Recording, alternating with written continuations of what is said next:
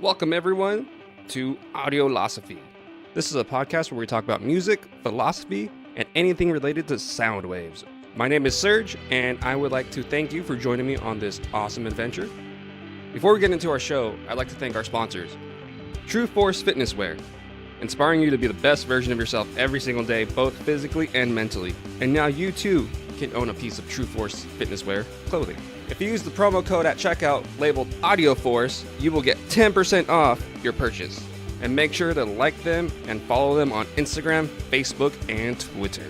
Our second sponsor, Zetnom Sounds, your audio and visual specialist supporting the scene since 2010. They got some cool shit out there. Today we have two guests, two talented young men. One of them is Michael James Booker, the sax player, and the other one, Tommy Blackard, the guitar player. These two know what hard work is. Today we learn about Booker and his antics and his past and all his crazy stories. In between that, me and Tommy talk guitar tone, guitar techniques. So give it up for Tommy and Booker.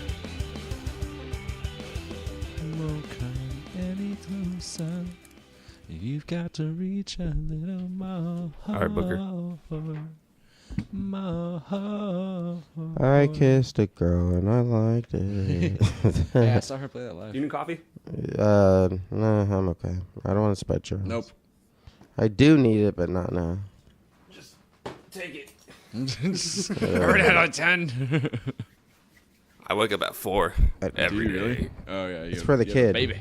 Yeah, it's for the job. It's for the jab. It's for the jam. It's for the boy. It's for the boy. Can't believe I made out with that chick. All right. I still feel like shit about that too, Tommy. I'm You like, should. yeah. We're live. Oh, we are? Okay, cool. Or I guess we're recording. Okay, groovy. edit that shit. All right. Now I want to keep your Katy Perry impression in. Okay. So how's everyone doing? Tired, chill. It's Sunday At 8 a.m. at 8 o'clock in the morning. Thank you Why for do you coming. do this? Why? It's part of the experience. Okay, that's true. You get a different vibe. Like I had Los here last time. Yeah. He's like, why? I love And I told him like, dude, you just come on, look what I'm getting out of you. You just get a different personality from people. You get a different. I hear that. I'm a zombie. I forgot to make coffee. What? You know, in the past previous episodes, you two are the most talked about. Really? We are? Yeah, Why? because you guys are awesome. Fuck. Okay, I feel like you're lying. But okay. I mean, I am pretty cool. So, what are you guys up to? What's new? The band. That's just what we've been up to. That's what I've been up to. You've been up to way more than me. Yeah, I don't want to talk about that. How's Portland? Dude, Portland was so much fun. I want to go back. Honestly, like, I was so excited that we were going to go there before. Yeah. And, like, I knew how much I was going to fall in love with it. And I knew how much, like, it was going to be beautiful. I was expecting it. I was hoping for it. And by the time I got there, it exceeded my expectations. And I'm going to move there one day. Nice. Like, I thought you were moving to straight Japan. No, I'm not doing that. That's Miguel. I love Miguel to death. I'll always support him, but I'm not moving to Japan. I love the guy. I might move to Japan.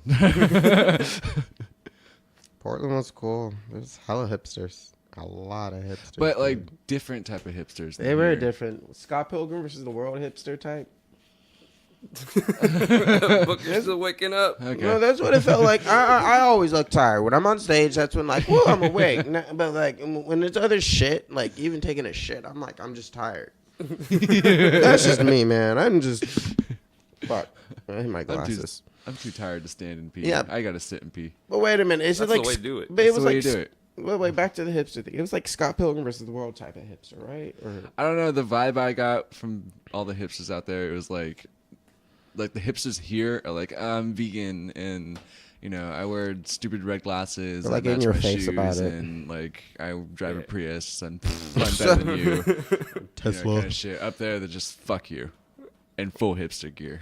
They don't care. They They found don't their, really give a shit. I'm They like, found their mecca. these are my kind of hipsters. I can hang out with these guys. These guys are pretty cool. They're just like straight up to you. It's like, Yeah, man. They're hella honest and hella cool with it. yeah, it's just, you can buy weed. Like, you see that little green plus sign. Dude, they were everywhere, too. It was nice. I was like, I felt like Mario or some shit like that. Oh, But God. yeah, it was like a shit ton of fun. Right on. And then we road tripped back home, Yes, we did. and that was just another whole icing on the cake. Yes, Nice. that was. And That was cherries fun. everywhere. A lot, He's a lot of drinking. God, there's a lot of drinking. That was cool. Ran into your cousin.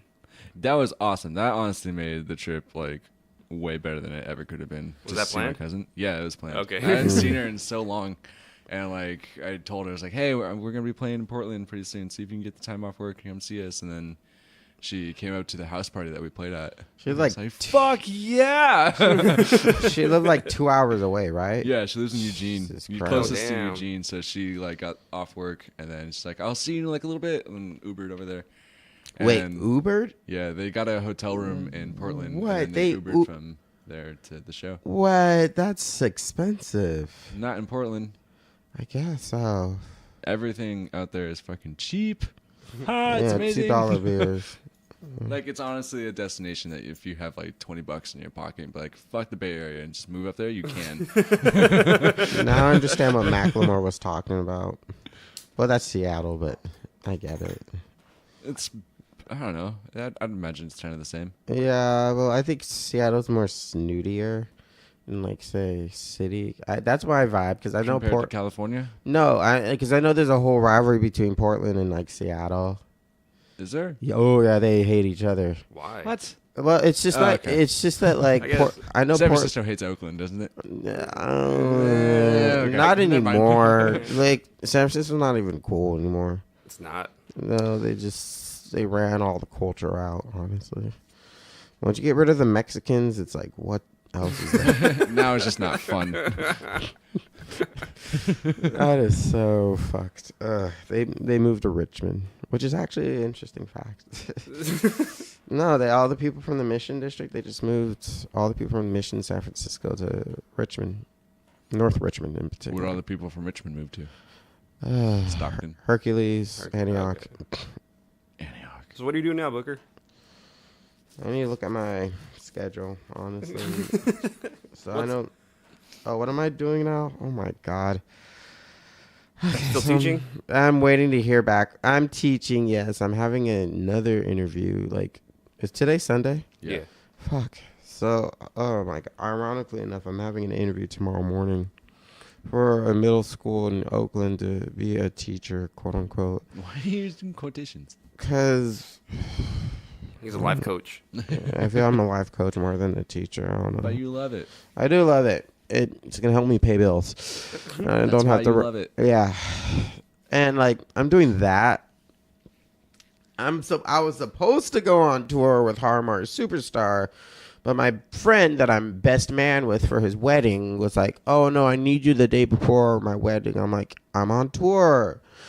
Now I have to cancel this tour that I was supposed to play in San Diego and LA. I'm canceling those days so I could be a best man at a wedding so I can make the rehearsal.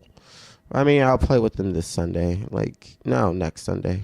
No, today is Sunday. Today is Sunday. So this is coming up We already Sunday. established today. Sunday. Oh, shit. Lord help me.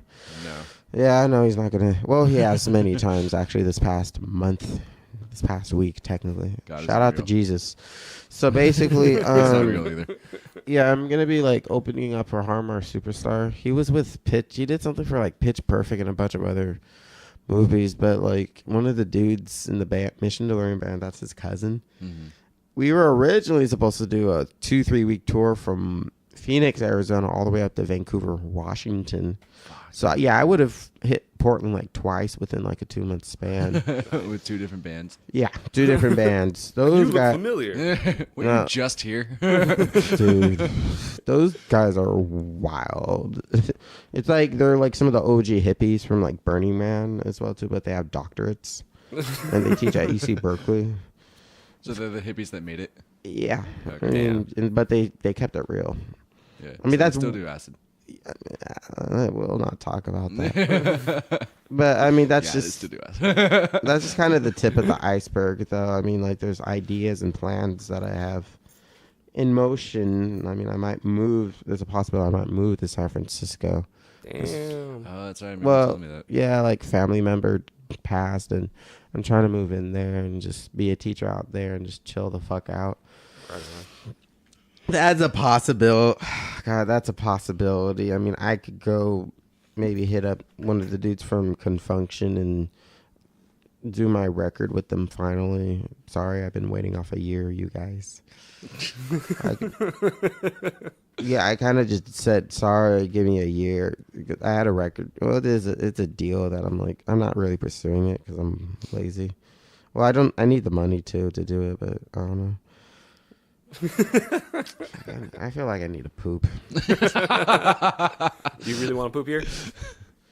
You don't want to poop here. You gotta I hold it. need to, dude. It's so gross. I hate pooping here. I know, but thanks, Obama. I don't know, dude. That's just some of the stuff that's going on. I mean, of course, Shark Punch. There's a lot of stuff coming up with them. We're trying to do another CD in December. Something like that. Yeah, I don't know. I could talk. Play guitar. I could talk for ages, honestly, about some of the shit that's going on with me. I mean, I just need to look You're at just so popular, Booker. Fuck that. Do you ever get a day off? No. Yeah, actually, this past weekend was actually, if I'm looking at my calendar. Yeah, that was like a vacation, honestly. It was so much fun. It was so much fun. I want to go do it again. I had to make time for that. I had to make time for a vacation and stuff. I can't be spontaneous. I had to deny. Oh my God, that's right. Last Saturday after the show, after our recording session at, I don't know, I forgot. City? Bridge City. Yeah. Okay, those guys are cool. If they're Those guys listening. are cool, man. If they're ever listening, you guys are nice and cool. Back to the Bridge City. I was originally supposed to okay, cool, I'm done here. Go back to San Francisco and perform at Brick and Mortar Music Hall on a freaking, was it a Friday night? Saturday night. Yeah, I'm not sure if we're headlining or not. It would have been a close to sellout show with this other. I'm used. It's on a monthly basis. Besides Shark Punch, I'm playing in front of hundreds of people and stuff. Like what Destin does. Mm-hmm. I do that in the other group. I don't sing. I can't sing. I just hype up the crowd. Just the front man. Yeah, hype man. Yeah, that's what my ancestors have done for America. This is America. Yeah, I know, right? All the way from Little Richard to James Brown to Childish Gambino. That's what we were bred to do. Hype. Yeah, we were hyping it up. We hyped it up in the church. Now we're hyping it up in our own different type of churches. Hey, now we're hyping it up in ska bands too. Yeah. I appeal to yuppies and hipsters. Fuck yuppies. Actually, there's not even any hipsters in San Francisco anymore. They're all yuppies. Yup. Cool. Okay, next question. I'm done talking. All right, Tommy. Well, how was everything over there after Portland? What do you guys do? After Portland? Well, okay. So the morning of when everybody left, it was just me and him. Yep. And it was 7 o'clock in the morning. Yeah. And just looked at him and said, so how are we going to get back home? You got a plan? He's like, I thought you had a plan. Oh, fuck. Okay. We just improvise this shit as the way we go. Okay, cool. So then we got food and we rented a car. And then we just started, I guess, walking around Portland at one point. I need a poop. Go for it. That was. I don't feel like it. Just don't poop there. Go for it, Tommy. Sorry. We're just walking in Portland for the first day. And that city is just super fucking cool. I was a little bit disappointed when we found out that there's no music stores. Really? Yeah. That's weird. We walked into I think it was Platinum Records. Well, that was a music store. Not the music store I'm talking about. That was a record shop. Oh, okay. There were only 2 record shops that we went to. Yeah. But I wanted to check out guitars and amps and shit like that. They're up there just to fuck around and see what they had. And there were none of them anywhere. That's what the dude told us. That's weird. Yeah. Pawn shops? No. We didn't. Well, we didn't really check out pawn shops, but that could have been an option. Damn it! Why didn't we do that? We did talk about it, but I saw some, but I didn't say anything because I was tired. Okay. You know how many hippies probably pawned off their shit for weed?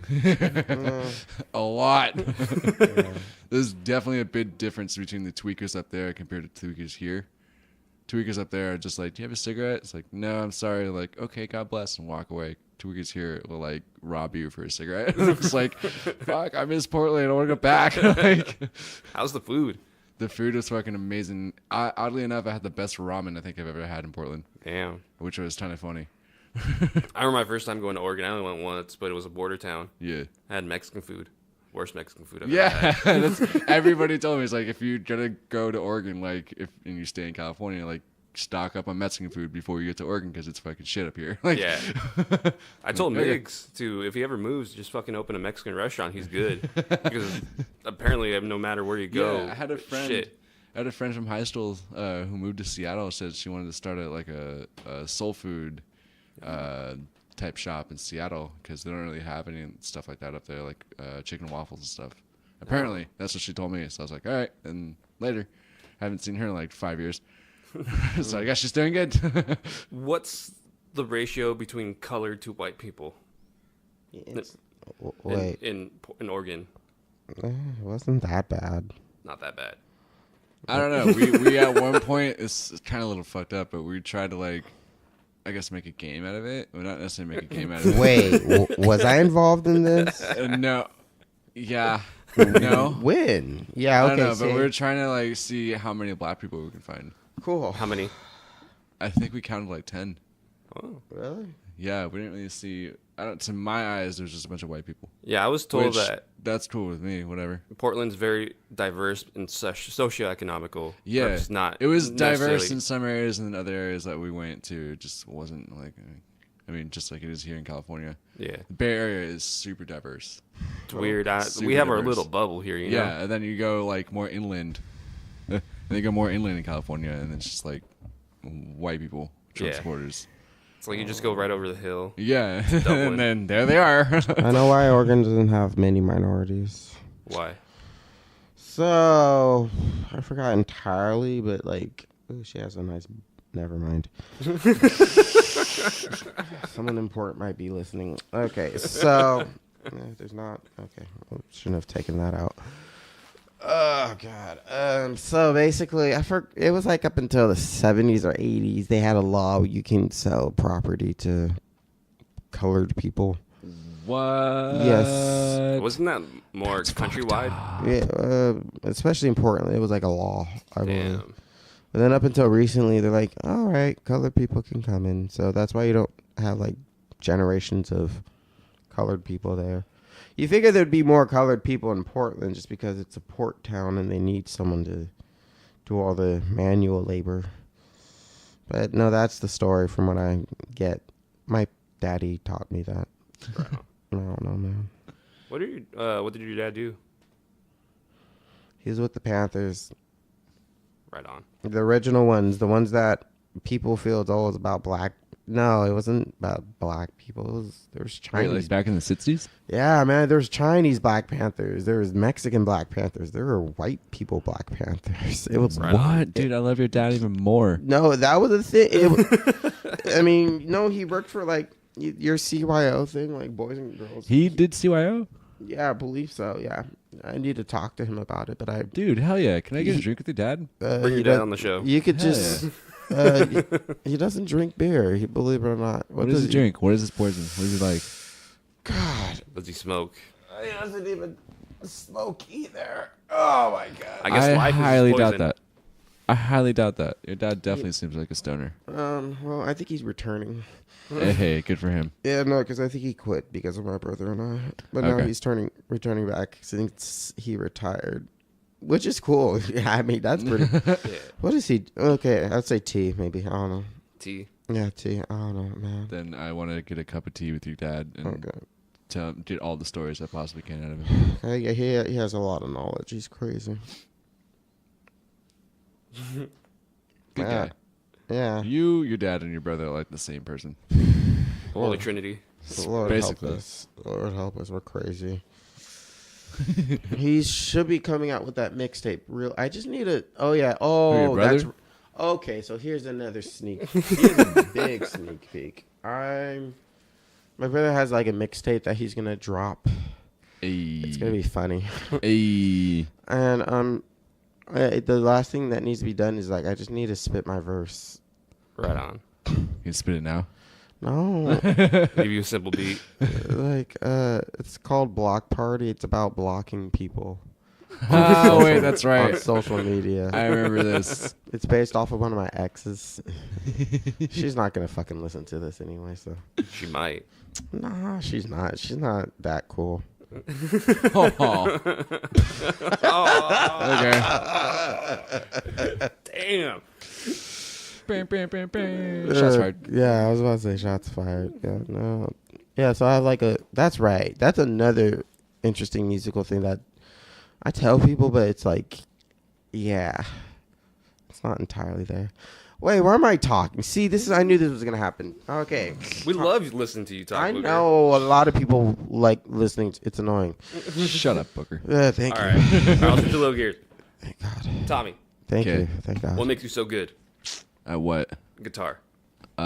Practicing. Good. I want you to talk about practicing. Why? It's Why? important. Because not a Okay. lot of people, you're one of the fucking top guitarists I know. It's a nice Wow, you booty need right to get here. out there, dude. Well, in this little circle, I'm not gonna talk like. Okay. Really nice booty. But like I know, I've seen a lot of shows, I've seen a lot of things, and you just fit in, you just do your thing. I just locked myself in a room, didn't talk to anybody for 4 years, and just kept learning music. I just want to learn all the Mastodon songs I possibly could before I die. And I still want to do that because it's still gigging. Like, I don't know. Whenever we gig and stuff like that, I don't really care whether or not if anybody's good or bad. I just like listening to people play guitar and shit like that. And I like playing guitar too. Mm-hmm. But, yeah, I do notice what people are talking about. And I don't like it. I don't like the intention for it. Let me just say that. Preach. Give me that. You're on timeout. But yeah, practice metronome, learn as many possible Mastodon songs as you possibly can, and just do that. I don't know. Yeah, because I don't know. Like a lot of people don't put down the work. Yeah, I know myself included. Yeah, Right, but both of you actually, you guys show what hard work leads up to. or boredom. Boredom. Honestly, I just didn't want to go to baseball practice, so I'd sit in my room and play guitar, and I didn't want to go hang out with my family. I wanted Wait, to go sit in my room really? and play Baseball guitar. practice? You Yeah, too? we talked about this. I didn't know. it You was played Castro Valley. I played Trivia Little But League. like, I started getting good because I didn't want to play baseball because I didn't. Same. Okay, wow. But I had no choice. I had to go play baseball. My dad was the coach. My brother was on the team. My mom was like the president of the Little League. So I was like, well, I'm fucked. Like, I got no choice but to play this stupid sport. I still like it. I just don't like watching it. I feel it. It's just really boring, man. You're sitting out in right field and there's nothing to do. And so you just start playing with grass and you get yelled at. So I miss just- baseball. I missed a little bit. I like it now, the fact that we can just play for fun and get drunk.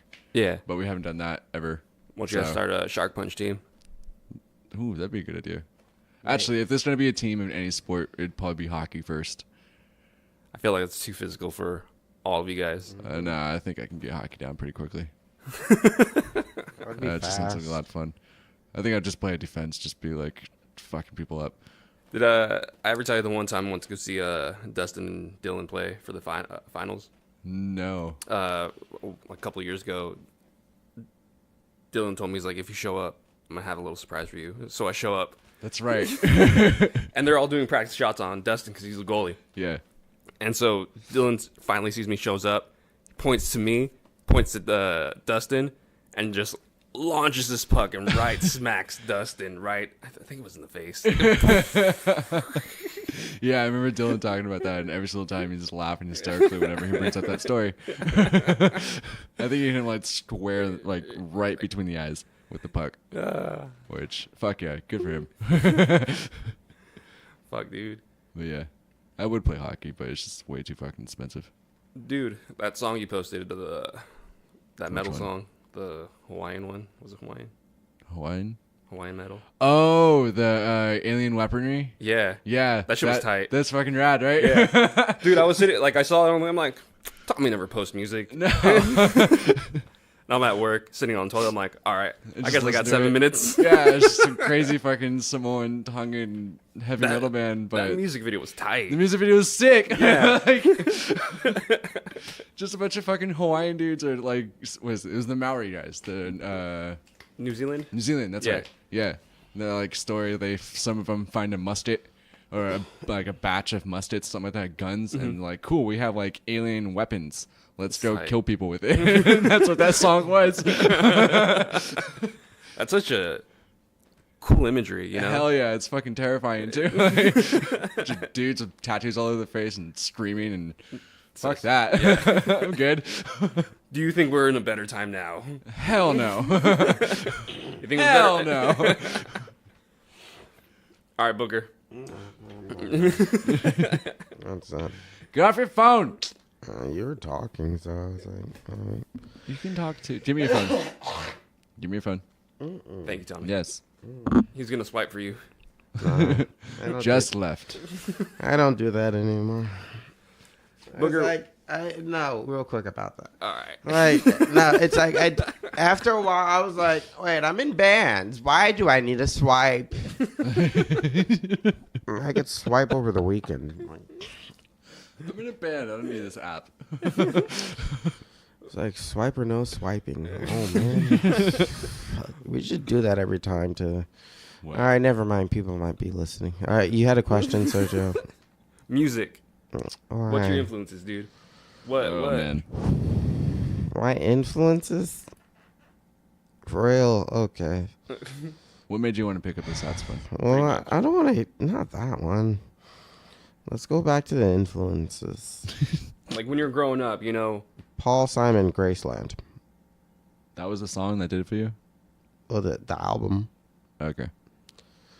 Of all the fucking albums out there, it had to have been Paul Simon, Graceland. Well, what Paul about Simon's cool, man. It was just the African rhythms that are in it.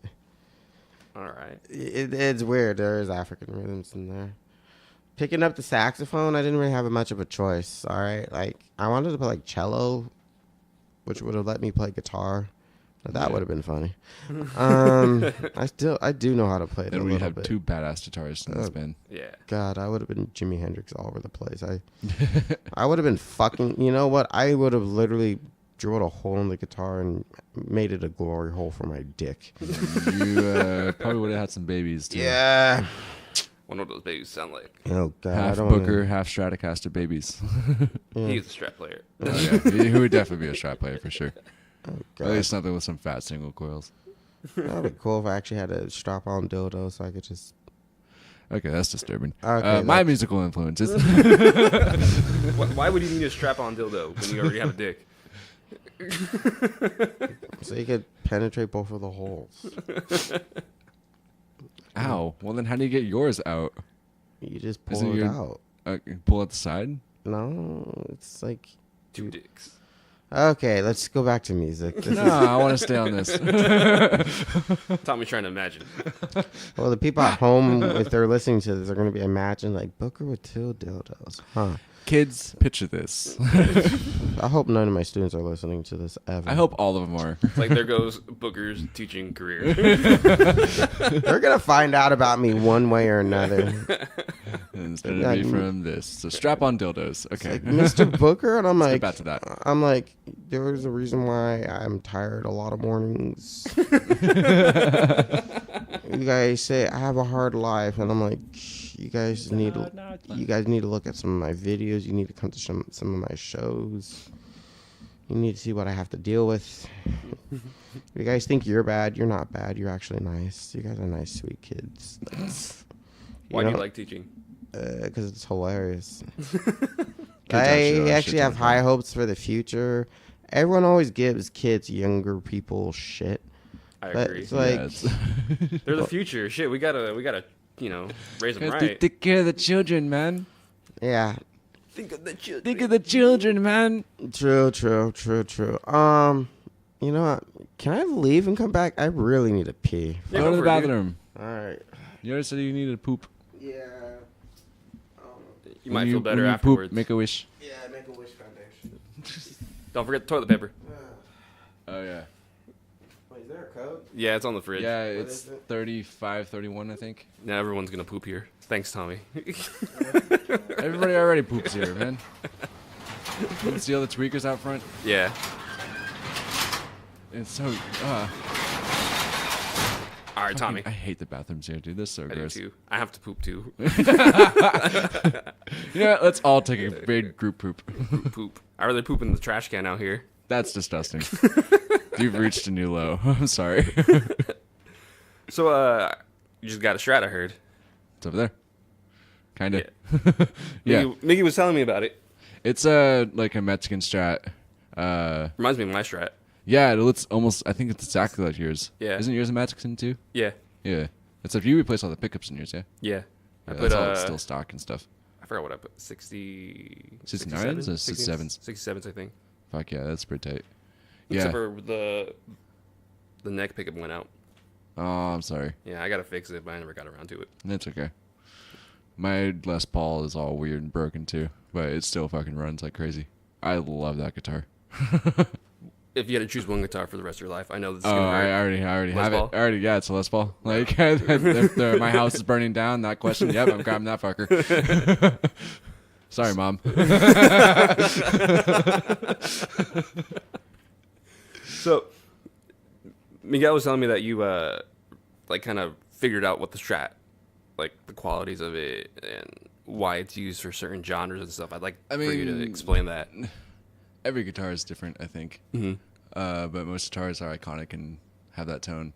Les Pauls are definitely iconic, and that's like always been my go-to like tone. Mm-hmm. I love that weird, warm, fat, like round, big booty tone kind of thing. Yeah. And Strats are like ear piercing, like stabbing you in the ears like crazy. But I love both of them. But that Stratocaster has some weird mojo to it because it belonged to my brother. I call him my brother, my buddy Tyler. And I was just over his place one time. We were just kind of chilling. And he records music, I think, and has all the gear needed for live performances and recording and anything. And he had the guitar sitting there, and we're just trying to jam it. And I'm like, dude, can I borrow this for a little bit? And I'm pretty sure he said, you can have it. I'm pretty sure. I'm not 100% certain, but it's there. And I've had it ever since. It's like 3 months ago, I think. He doesn't ask for it back. I saw him recently. He didn't bring it up, so I guess it's mine. But if he asks for it, I'll give it back to him. But yeah, I haven't gigged with it yet. I've only fucked around with it a little bit here, and I need to replace the strings on it. And I don't know. That one's had some weird mojo to it because it just sounds really good for it being like a 2001 Mexican Stratocaster. Yeah, I think like that's what mine is. Run of the mill. Really? Yeah. Same year? Yeah, that year is actually like that string is known for not being good quality, Weird. right? Because that one's badass. right? Yeah, I know. Yeah. I fucking love it. I miss my Strat. What happened to it? You still have it? Yeah, it's right there. What? It's been here this whole time? Yep. That one? Yep. The black one? Yep. It's right there. What the fuck? There's no strings on it. Oh, okay. Then it's useless. But yeah, Do you have strings? I could put strings on it. I could bring some strings next time, leave them in the bag. Okay, cool. If you want to play with it. Yeah, sure. I think my can bring guitar's here stringy too. My Jazz Master. Like if you ever want to play Yeah, some that's shit. right. Yours is like right over there, isn't it? Yeah. If you ever Oh, want wait. to play with shit, just play with it. Oh, yeah, sure. Yeah. I'm probably going to like bust out some surf shit with it. Right That's on. why I love the Stratocaster, for playing all the surf stuff that we do. Mm-hmm. Like, oh, it sounds so good. It's meant for it. It's meant for like surf and like crazy reverb stuff like that. But it's not really meant for metal, so I don't really go anywhere near it. Maybe with like that 80s Van Halen. Yeah, I'm That's good. it. Nah. I'm not a Van Halen fan. I appreciate Van Halen, but I don't really like him. I feel it. He's just too crazy for me. If I want to listen to some crazy, like, out of the fucking world guitarist, then I'll just listen to Paul Gilbert. Or Buckethead or something. Which fucking they're love Paul basically Gilbert. both the same person. Yeah, Paul Gilbert's fucking cool. You know Paul Gilbert was actually the teacher for Buckethead? Mm-hmm. Yeah. I think he taught him lessons for like a couple years, something like that. I thought it was Joe Satriani. Maybe. It could have been both of them. But I do Probably. know that Paul Gilbert taught Buckethead Yeah. a lot of crazy tricks. I I like, remember seeing this video with like A-B and different solos between the two of them, and they have like similar licks and similar things Oh. in their playing. So I was like, oh, that's fucking interesting. That's pretty cool. So if you had to name one guitarist that you would follow for the rest of your life. Oh, fuck. Oh, god damn you. Yeah, I'll give you 5 All with right. that because it makes it so much more easier. Definitely the two guitarists, Mastodon, Brett Hines and Bill Kelleher, are like my all-time, both of them are like the same person to me. They're like my favorite guitarists. Like Bill Kelleher has like these crazy intricate like riffs and they just like lead on into like different riffs and just like compile into like guitar riff after guitar riff after guitar riff, and then Brett Hines like over the top of it playing all these crazy fucking leads, and like listening to that growing up was been like, fuck, I want to be that good. Like, and I'm nowhere near it, but damn, I want to get close. So those two for sure. Jimi Hendrix, obviously. Buckethead. That's 4 of them. Dimebag Darrell, who was actually the guy that made me want to play guitar. Really? Yeah. I remember being like 11 years old or 12 years old, something like that, when YouTube was still just a website, and like watching live performances of Dimebag Darrell playing. He's like running around and jumping, doing backflips off of amplifiers, and like big old curly hair and shit, and spiky ass guitar, and playing all these crazy leads. But I later on found out why I liked Dimebag Darrell so much, because his rhythm is like the best. He's like one of the best rhythm guitarists I love I've his ever rhythm. seen. His rhythm guitarist is like fucking insanely good, and he doesn't. I don't really think he gets recognized mostly for that, and I think he should. Yeah. Honestly, because his rhythm playing inspired like a lot of crazy heavy metal, all the breakdown shit. You know, all Whitechapel and fuck, I can't think of any bands right now, but all that kind of shit. Yeah. They're fucking rad, man. Like, I love his groove, dude. Fucking yeah, groovy. I think that was the big thing why I loved Dimebag Darrell so much, because his rhythm was so good, but like his take on it was very groovy. Yeah. You know, it's almost like 70s hard rock kind of bass, but way faster through these Yeah. gnarly amplifiers and these crazy higher output pickups and shit like that.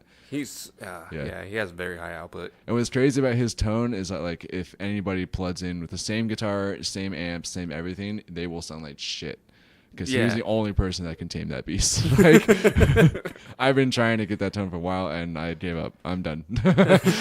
Yeah, his tone's very high. Yeah. It's very out there. It like hurts to listen Yeah. to. It's hard for me to listen to. I mean, I love his music stuff, but it's like, I'm like, how did he pull this off? Yeah, How did no eventually one say anything about it? Yeah. Now, I remember you told me one thing. That tone is in the hands. Oh yeah, tone is in your fingers. How? By the way you touch the guitar, you gotta have the right guitar in your hands that fits in your hands perfectly. That's why I love that Les Paul so much, because like the moment I picked it up, I was like, this is my baby. Like I picked it up and started playing some chords and figuring around with it, and like this thing fits in my hand perfectly. Yeah. And the string tension is like perfect on it too. Just every little detail was like perfect, and even like the history about it too, because it's like a really old vintage guitar. And like, yeah, dude, it just comes down to the instrument that you have in your hands and what you're capable of doing with it. Each instrument is different, and then like once you master, I know not master, but like try to master at least one of them, and trying to get as many different sounds and clicks and noises that you can out of it, and you switch to a different instrument and try to make those same noises. They're going to be different all the time, but you don't know. You just, I don't know. It's all muscle memory in your hand, I guess. But yeah, all tone comes in your fingers. So would you suggest that people, when they go pick out a guitar, that they find a guitar that fits them physically well? Yeah. Rather Absolutely. than, find like, Don't buy the shiniest one. Don't buy the nicest one. Don't buy the one that most you're- expensive one. You find the one that the stars play that you like, the one. well. I mean, do that. That's okay. That's okay. I mean, the image is number one in a guitarist's mind. I didn't buy the Les Paul because I thought it sounded good. I thought it looked cool. That's not true at all. But yeah, just find one that really, really fits well in your hands, and then eventually just keep practicing, and then the sounds that you want to hear will come out. Right on. Yeah, but it's all different. Fucking love you, Tommy. I love you too, buddy. How's playing music? How do you like playing? Fucking love it. Dude, yeah, I remember, when I broke my hand and I saw you playing up there, I saw that smile on your face. I'm like, this was meant for Tommy. It's so much fun. This was meant for Tommy. It was so much fun. I kind of had like a hunch when I first started watching Shark Punch. I was like, I think I'm going to join this band at some point. I don't know when. Maybe I should stick around. Maybe it might happen. Maybe not. I don't know. This is cool though. Yeah.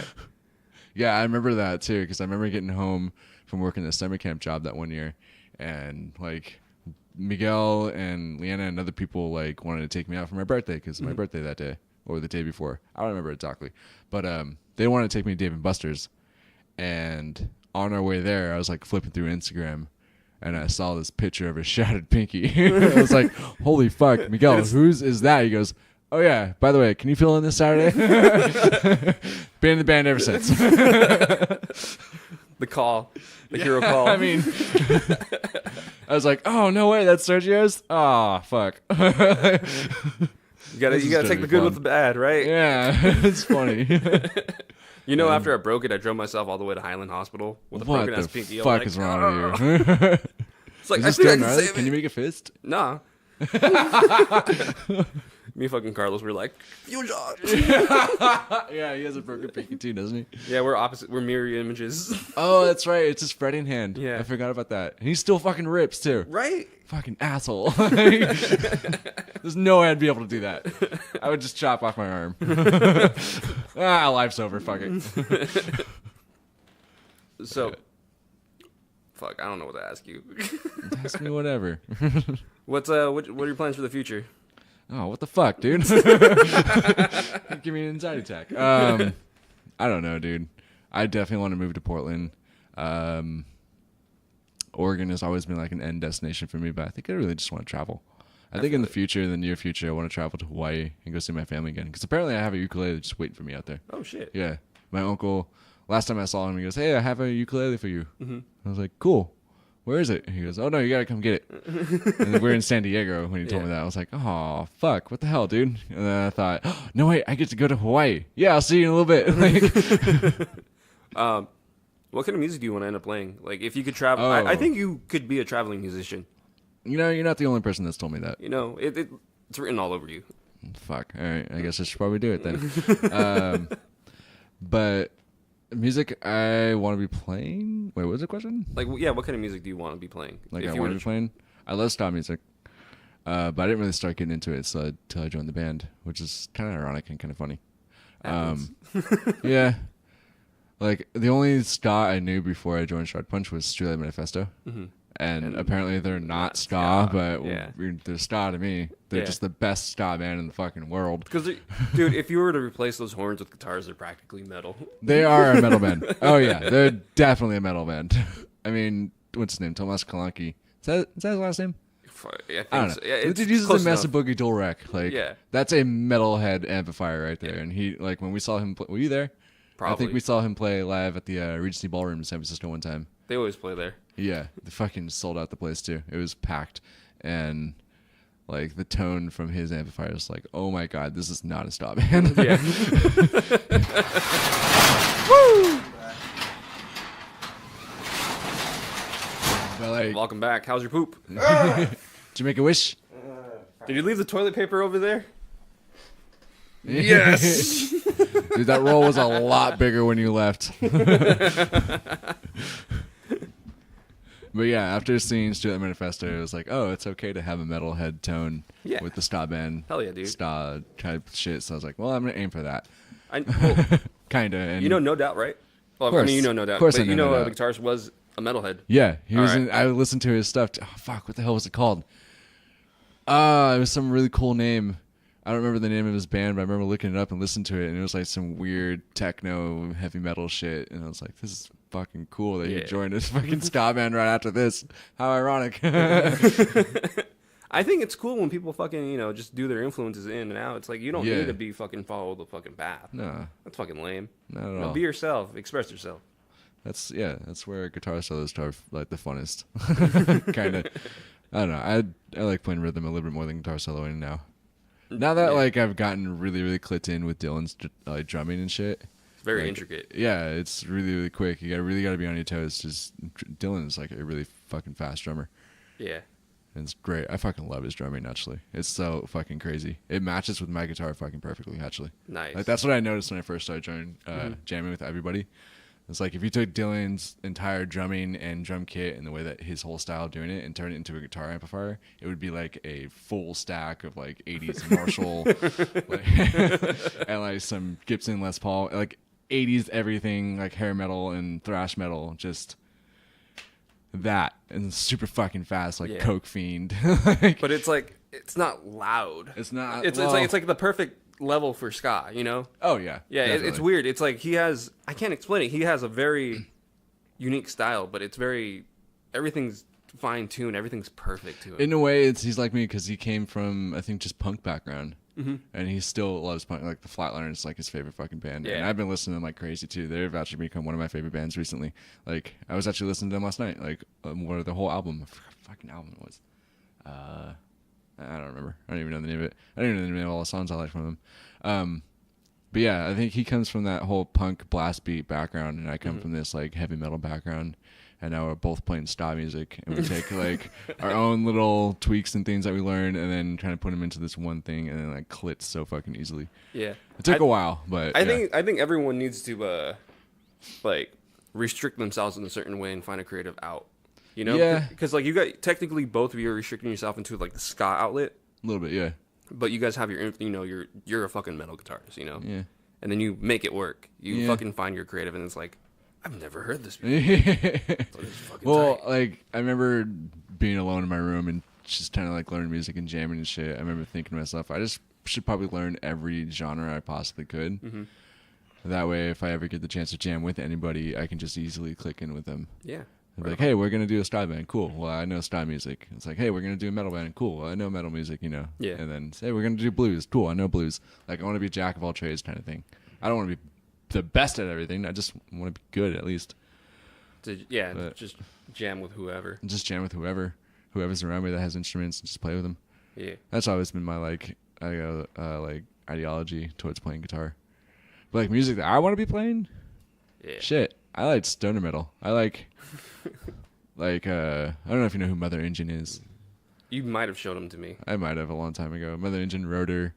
It's basically the same dudes. Color Haze, High on Fire, which is a totally different band. Red Fang. Red Fang's fucking tight. I would probably be in a band like Red Fang. Who are also based out of Portland, that band. Just like really stoner groove metal, kind of riff-based type music where everybody's a drummer, even the vocalist kind of thing. That'd be tight. I don't know. That's just what I like. That's what I like to listen to. And then when you bring it into ska music, it's like kind of a head rush. You're just kind of like, oh, fuck, what do I do? Have you written any songs for... Not really. I mean, I kind of I have 3 of them, I think, like in my head. I just don't really do lyrics. Mm-hmm. I did write out my whole take on lyrics. Like I like to get it out as much as possible, like guitar with bass and drums and any horn lines and whatever, and then add lyrics. Like I want to put lyrics last because nobody cares about what you have to say. Honestly, you can have like the best message in the world. Nobody gives a fuck. Has to sound good first. It has to sound good. Yeah. Which is like kind of how Mastodon writes their music. Okay. Because I've watched so many documentaries on them and shit like that. It's like, well, we first get everything layered out perfectly, sound wise and instrumental wise, and then they put the lyrics on top. And then when you listen to the lyrics, they're just super super creative and really far out there. And then their most recent album that enters, Emperor Sand. Like they just talk a lot about like cancer and how it's really affected their lives each and individually. Oh shit. And it's a really deep, dark album, like lyrically. And I think it's a lot more easier to put lyrics over the top of something that's already like created. Yeah. And already like refined over and over and over again. Mm-hmm. And I don't know. I think lyrics are the least important, but require the most patience out of all of it, out of all the instruments and everything like that. Because you are spreading a message. Mm-hmm. You really got to like not choreograph, but like really plan out what you want to say to get it across correctly. Right, Booker? All right, Booker. Let me get a water. For sure. Okay, my turn. Yeah. Who's someone that you seen live that you fucking blew you away? Oh my god. I'm trying to think now because I've been to a lot of live performances now. Thank you, Tommy. You could have my coffee, though, if you want. I'm okay. Thanks, Tommy. Go ahead and put that mic in your mouth. Okay. Is this better? Yeah, that's a lot better. Okay. Maybe, hold on a second.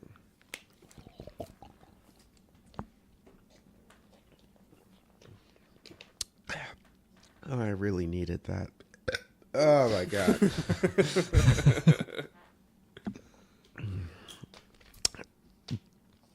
Was I in LA?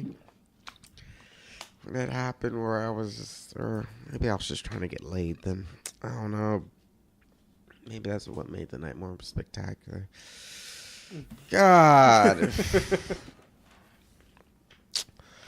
I was playing at the Mint in LA over a Nam weekend. And do you guys know who Snarky Puppy is or heard of them? I've heard of them. Nope.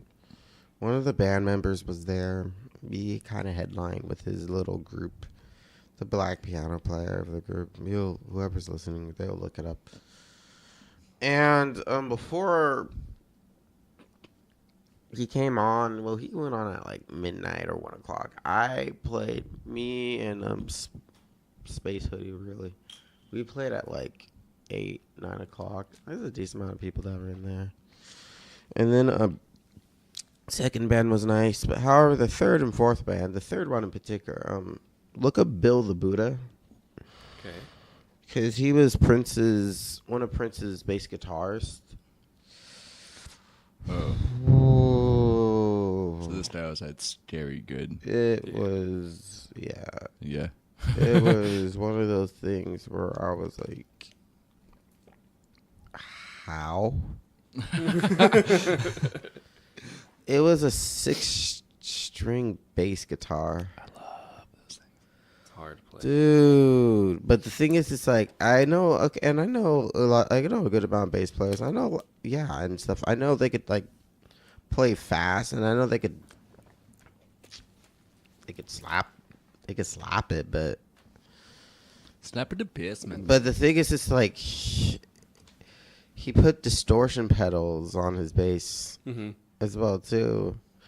In his band, it's like he had another bass player in there too, but it was like it was actually doing a bass player job. But this bass player, Bill the Buddha, he was like, yes, there was a guitarist in there, but like the sound that he got out of it, it was just like he was ripping on it though. And it's been a while since I've had my jaw to the floor, Mm-hmm. just in general.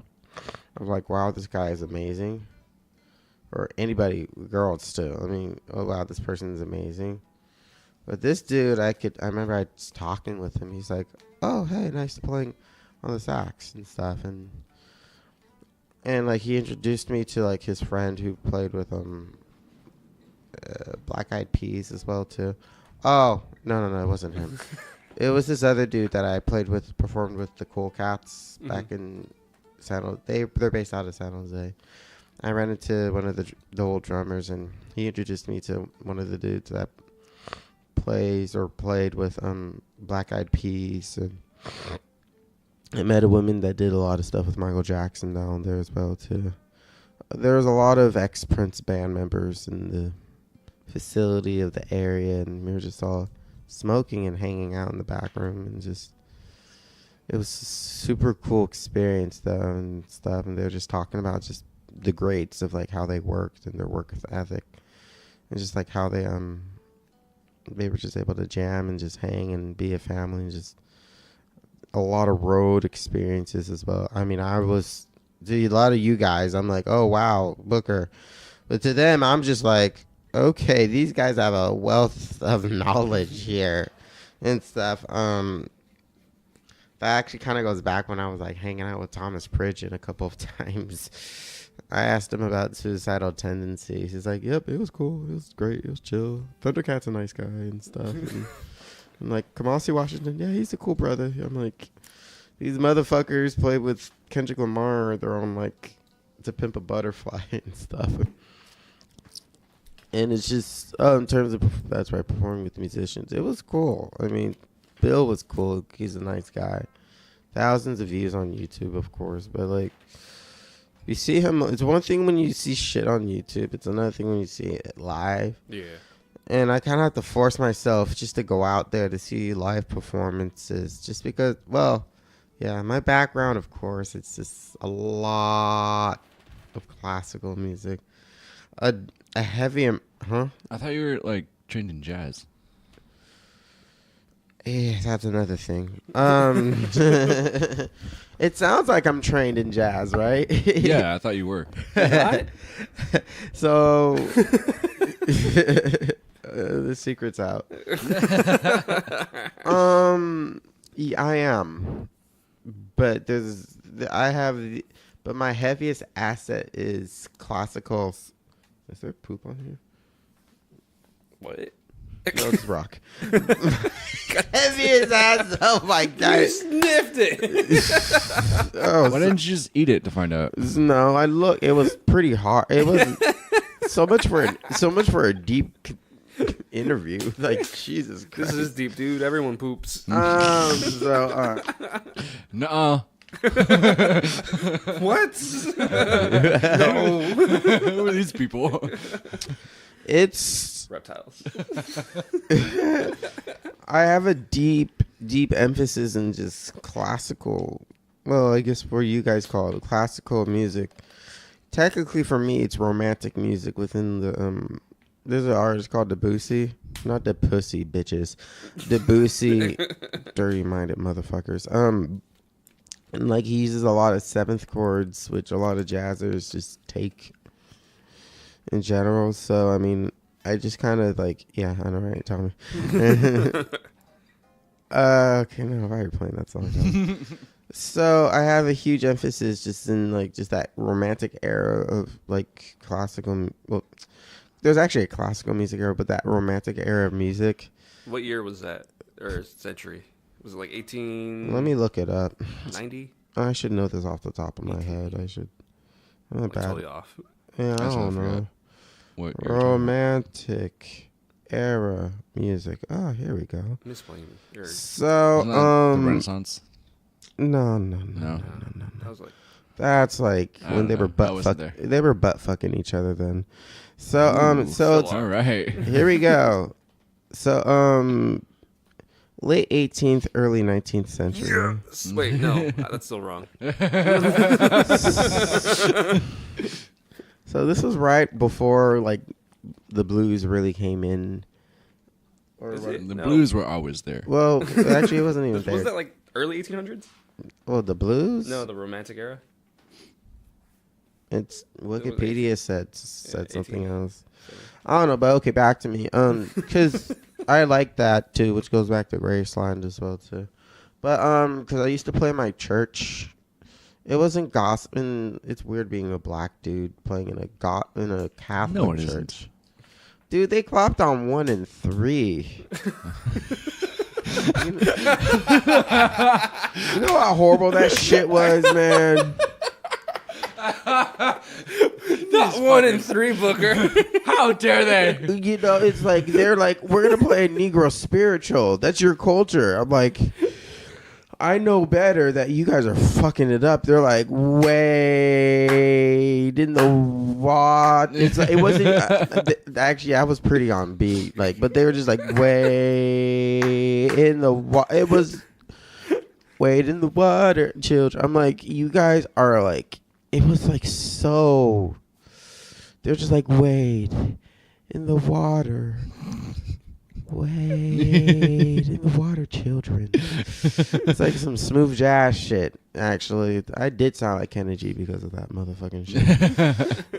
But like, who was it? Yeah, no, those guys were.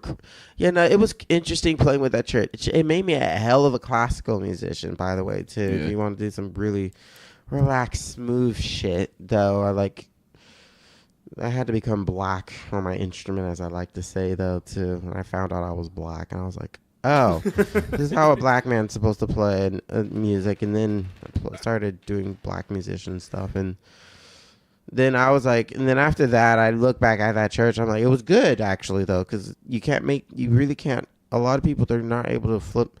Within that old instrumental world, it's hard to flip that switch off between, like, classical and then, like, say, very jazz and, like, on point. But, like, the hardest type of music play is just slow music. Really slow, detailed music. Regardless of genre, I don't care what instrument you play. Playing slow music is the hardest. That's my favorite type of music. Yeah. I love playing slow shit. I love playing slow shit too. It doesn't happen in Shark Punch very often. No. I don't. I keep, there's a lot of stuff that happens in Shark Punch. I still keep my mouth shut. You can air it all out here. No, that's my job. But like, I'm just like, man. I have a slow reggae song we've jammed on a bunch of times. It's just no lyrics to it. Yeah. Yet. I'm There talking will. about, no, man. I'm not talking like that type of slow. I'm talking about like funeral march. Oh shit! You're talking about Because you know how on the clock, like you're just at like 60 beats per second, like stuff like I That's don't like know. uncomfortably slow. Yeah, I'm talking about like uncomfortably so or something like that. Wait, you're talking about like Like pretty much what I'm snapping right now. Like yeah, I I'm mean, not even playing slower Fuck than that, though. Honestly, though, Like a- too. No, I'm not an old man. I'm not playing that. No, I love old man stuff. It's great. I mean, even old people would die. They're like, all right, I don't want. It's like, all right, you're literally Old trying to people kill like, me. Kill me now. This song is way too slow. Just end me. Yeah, no, I love playing that style of music. Really, like the slowest of the slow. Even I remember when I was in school, I was doing a jury, and like I played it really well too. But like my teacher was like, all right, after the jury, he's like, all right, you passed. That first you played was way too slow, and I was like, I had to play it faster. He's like, he's like, yeah, and I'm like, I thought you told me to play it slow. He's like, not that slow. I'm like, damn it, Danzen, Jesus Christ. Like that whiplash thing. See, okay, that's for Were you dragging or were you rushing? see. No, that's on. Okay, that's gonna be another. I could go into detail. I don't know how much time we have, but We got plenty of time, dude. let's not go into that. We don't have enough time. That's for another interview for another day. That's why I scheduled us an hour early. That'd be a part 2. Wait, you don't normally do this at 8 o'clock in the morning? I normally do it at 9. Thanks, dude. You're the Thank best. you. Love Oh yeah. God, you're the best I friend would I've have ever had. shat in a nicer toilet, man. I had a freaking squat. You know how hard it is to squat and shit? Nope. I don't do that. I just sit Yeah. down. That's not true. I feel nasty now, man. I could have shot in peace. Sorry. But I knew you guys would talk forever, both of you. I needed that extra hour.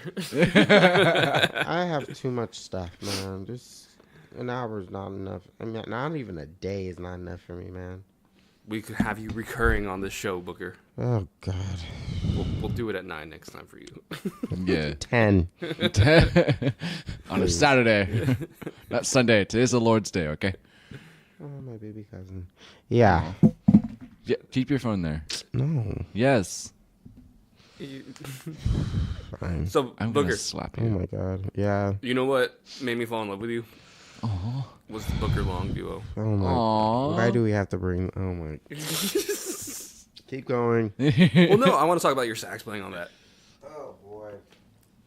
because I feel like you really like dropped your heart end out playing that shit. When did you see me play that? A couple Like- times. Fuck, I don't. Oh my god. Were you there on? It was a bistro show. There was a Four of lot of them. bistro shows. Okay, But it was- you have to be specific about which bistro show. I think it was Dustin's birthday bistro show. Yeah, That one where you played with the bassist and the keyboard piano. player. Yeah. Yeah, that was was not there. the shit. Oh my god. That was like the coolest I think I'd ever seen Booker be. Yeah. I mean, he's uh, already cooler than everybody else, but like that was like mwah, that was like creme de la creme. Remember that Halloween show that we were supposed to play, but we got the cops called on us from fucking forums and Miguel just putting down a full stack outside. Was Played this one note and the cops came. South That's Hayward. fucking hilarious. Yeah. Was South this Hayward. what, South Hayward and Wander was there? Were they there? Mm-hmm. Yeah. Yeah. Well, wait a minute. That wasn't Booker Long duo. That was just me. That was just you. Yeah. I remember that shit. That shit was By tight. yourself? That was boring. That wasn't even okay. That was okay. If you're talking about Booker Long duo shows, that was nothing. Oh, I remember. We saw you at that place in Alameda. Be a little bit more specific. It was a small bar. Are you talking about Fireside Lounge? Yeah, Fireside Lounge. Oh, that one. You know, believe it or not, that was an unofficial CD release show. Mhm. It was funny. I remember the recording for that one. Ryan said the quality was bad. That was Shark Punch Roar's show, actually. That was Shark Punch's worst show. Yeah, which, Definitely. Well, it was. I felt bad for you guys because, like, in the beginning, no one was there. Mhm. Thank God. When was I there? No, you weren't. No, No, you weren't. This was very early in the days. Yeah, I was around early in the days. I was around before you. yeah, that's right. Yeah, we have a little cult following, like Booker Long Yeah. duo. It's really an underground one, as I like to say. Yeah, no, I remember that show. I wasn't there. God, what part of the evolution was that? 2 people showed up. That's right, for Shark That's how Punch. you know you made it, man. But when we played, there was like 30, 40 people or something like that. Mm-hmm. By the end of the night, yeah, I was like, where the fuck did you guys come from? Yeah. Like, we have fans, what? But, oh yeah, I remember that show. That was, Didn't you come out like in a Mickey Mouse robe? okay, see, hold on a second. Not Mickey Mouse. But it was a robe. See, this is where it's going to get hella spiritual and stuff. Right on. I love this shit. Oh, Get it. boy, here we go. Tell us your visions. Ryan likes being all spiritual and stuff about a whole bunch of things. For me, I actually looked into reading the Gita within the Hindu religion, Oh, nice. which I'm still continuing till this day, actually. Which goes within a lot of different earthly beliefs, and I actually were trying to relate at the time we were trying to relate the is playing towards like a lot of classical Indian music. He never plays in 4. He plays in 7, 9, 11, 13. Odd meter stuff all the time. And I'm just laying down chords and I'm just laying down structures where it makes sense. Long story short. Mm-hmm. That show in particular, I'm not sure if I went Super Saiyan or not. I'm trying to... Super Saiyan. That might have been in... Super Saiyan. Oh, like where I'm actually doing like a death growl into my instrument after I run out of playing For notes. some reason, when he said Super Saiyan, I pictured him like a Kamehameha blast coming out of his saxophone. If you look on my Facebook, let me bring that. Fuck yeah. Okay, let me That's show you. cool. Let me I like show you that that image in my picture on brain. Facebook. Too bad this isn't live. Yeah, no, I mean like. Yeah, let me show you this picture. I wonder if it's my. Stop it. Like no, it's like because like that show you're talking about. I mean, it could have gone way harder. That one was still like pretty relaxed, in my opinion. Like we've done shows. One of my favorite ones was this was before the Igloo show. Sorry, Tommy. Oh, God. That was a tight show. I hate Yeah, you that's guys. right. I hate both of you. How we got that Igloo show was from Booker Longdale. When Ryan and I played at this Davis Jazz Festival thingy. There's a couple college students like, yeah, you guys look super cool. We should come to our house party. And we're like, yeah, okay, cool. Ryan always wants money. Then we go to the house party, and I'm glad I had one of my girlfriends there with me because that was Oh, one of them. stop. Just kidding. That was one of those shows where like you could just get away with anything, and yeah, Wasn't it in a yurt? No, not that one. No. This was like basically, It was like a commune. yeah, it was a commune. Fuck you guys. So like it was raining outside, right? That's And my shit. we pull up to the place, and there's a good amount of people outside. I'm like, cool. I guess we're playing outside. And like I heard from people, no, you guys are playing downstairs. I remember walking through, it's like Booker Long Duo. Woo! Yeah, the Booker Long Duo. I'm like, oh, you hipsters. Fuck you guys. And then so I'm walking through with my amp and instruments and stuff, and I'm like, I open up the door, and then I walk in. I'm not even down the stairs yet. My glasses fog up, and I'm like, oh boy. And I hear this weird fusion jazz music playing. I go downstairs and I see all these like hipsters, and I'm like, oh boy, this is a lot of people. By the way, this is 11 o'clock at night, and we were supposed to play at midnight. We play at 1, and I'm like, okay, cool. We're going to be the last group. No one's going to stay. So we get set up, and then the crowd is still there, and I'm like, oh, God. And we just keep playing, and after a point, we do a cover of the Ludacris's Move, Bitch, Get Out the Way. The crowd goes nuts. The crowd just goes nuts. The crowd just went ludicrous. They went ludicrous. Like there was girls trying to during my set, there was girls trying to like just grab me and just dance on me as well too. It was funny. Nice. Good times. Yeah. But that was one of the more harder shows. Like it's funny you said the Fireside Lounge. Yeah, because we tried so many things to like get our music out there. We were about to open up for a bunch of like cave musicians where it's like too many zoos, and Moon Hooch. We were I close to love those playing guys. with those guys, I actually. love those guys. Really? Yeah, we were. Oh, fuck. Yeah, we were in that inner circle. Oh, wait, what was that one band? It's just the R. It's like a brass band. There's a lot of those. Rebirth Brass Band? Rebirth, yeah. Talk to Andy about that one. Because, like, that's one of the times where, like, I really saw Andy. Because, like, that's right. I opened up for Rebirth. I have opened up for Rebirth at least twice now. There's going to be a third time. And, like, both shows sold out. 800 plus people, 900 plus people. Yeah. I'm on the microphone. I'm like, I yo, love that band. what's good, San Francisco? And the crowd's like, woo! And I'm like, oh my God, this is crazy. Like, And One of Panic those Attack. yeah, one of those And I'm nights. shaking and I'm seeing black. Yeah, it was, that was fun. Back to Book Along Duo. Oh, yeah, I did a lot of, it was like every weekend. Nonstop. Every weekend. Like Monterey, Carmel. Cool. Awesome. Oakland, San Francisco. A lot of Sacramento, a lot of Davis. I just remembered now. Oh, I no. opened up for you That was back in 2011. for the hat rack. Oh, shoot. You're talking about the hat rack stuff. Oh, I thought you meant something in Fremont. No, that was Miguel, maybe. But, oh, hat rack. That's Remember in right. Oakland Oh, hat rack. Oh, God. Yeah, I opened up for him in my old man, just like the movies. Oh, God. You're in a band called Just Like the Movies? Yeah, That's kind of funny. See, I it was don't a good know. marketing scheme. That's a good name for a band, actually. Those hat rack shows. There were a lot of those. Was it a first Friday? No, it was the first. It was the opening of it. Interesting. It was like the first day opened. Like it was. Oh, It you was guys Kirby? like, come on in. There's Yeah, food I remember and Kirby. beer Kirby's still and doing live stuff. music. Yeah, Yeah. it was Kirby, just like the movies, and Booker Long duo.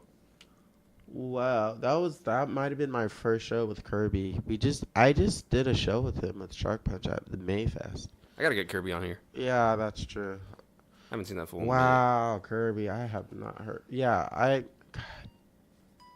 it's been a minute. I was supposed to. I feel bad. He sent me a track to play over.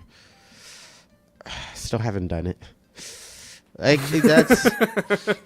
I feel. See, here's the thing. People send me tracks to play over, and I just don't do them. It's horrible. I have the technology to do it. We My- have the tech. Yeah, my little brother like has a whole studio in his room. I could just play into it and just get it done right there. I'm just And too. send it to them. But Yeah. how's this?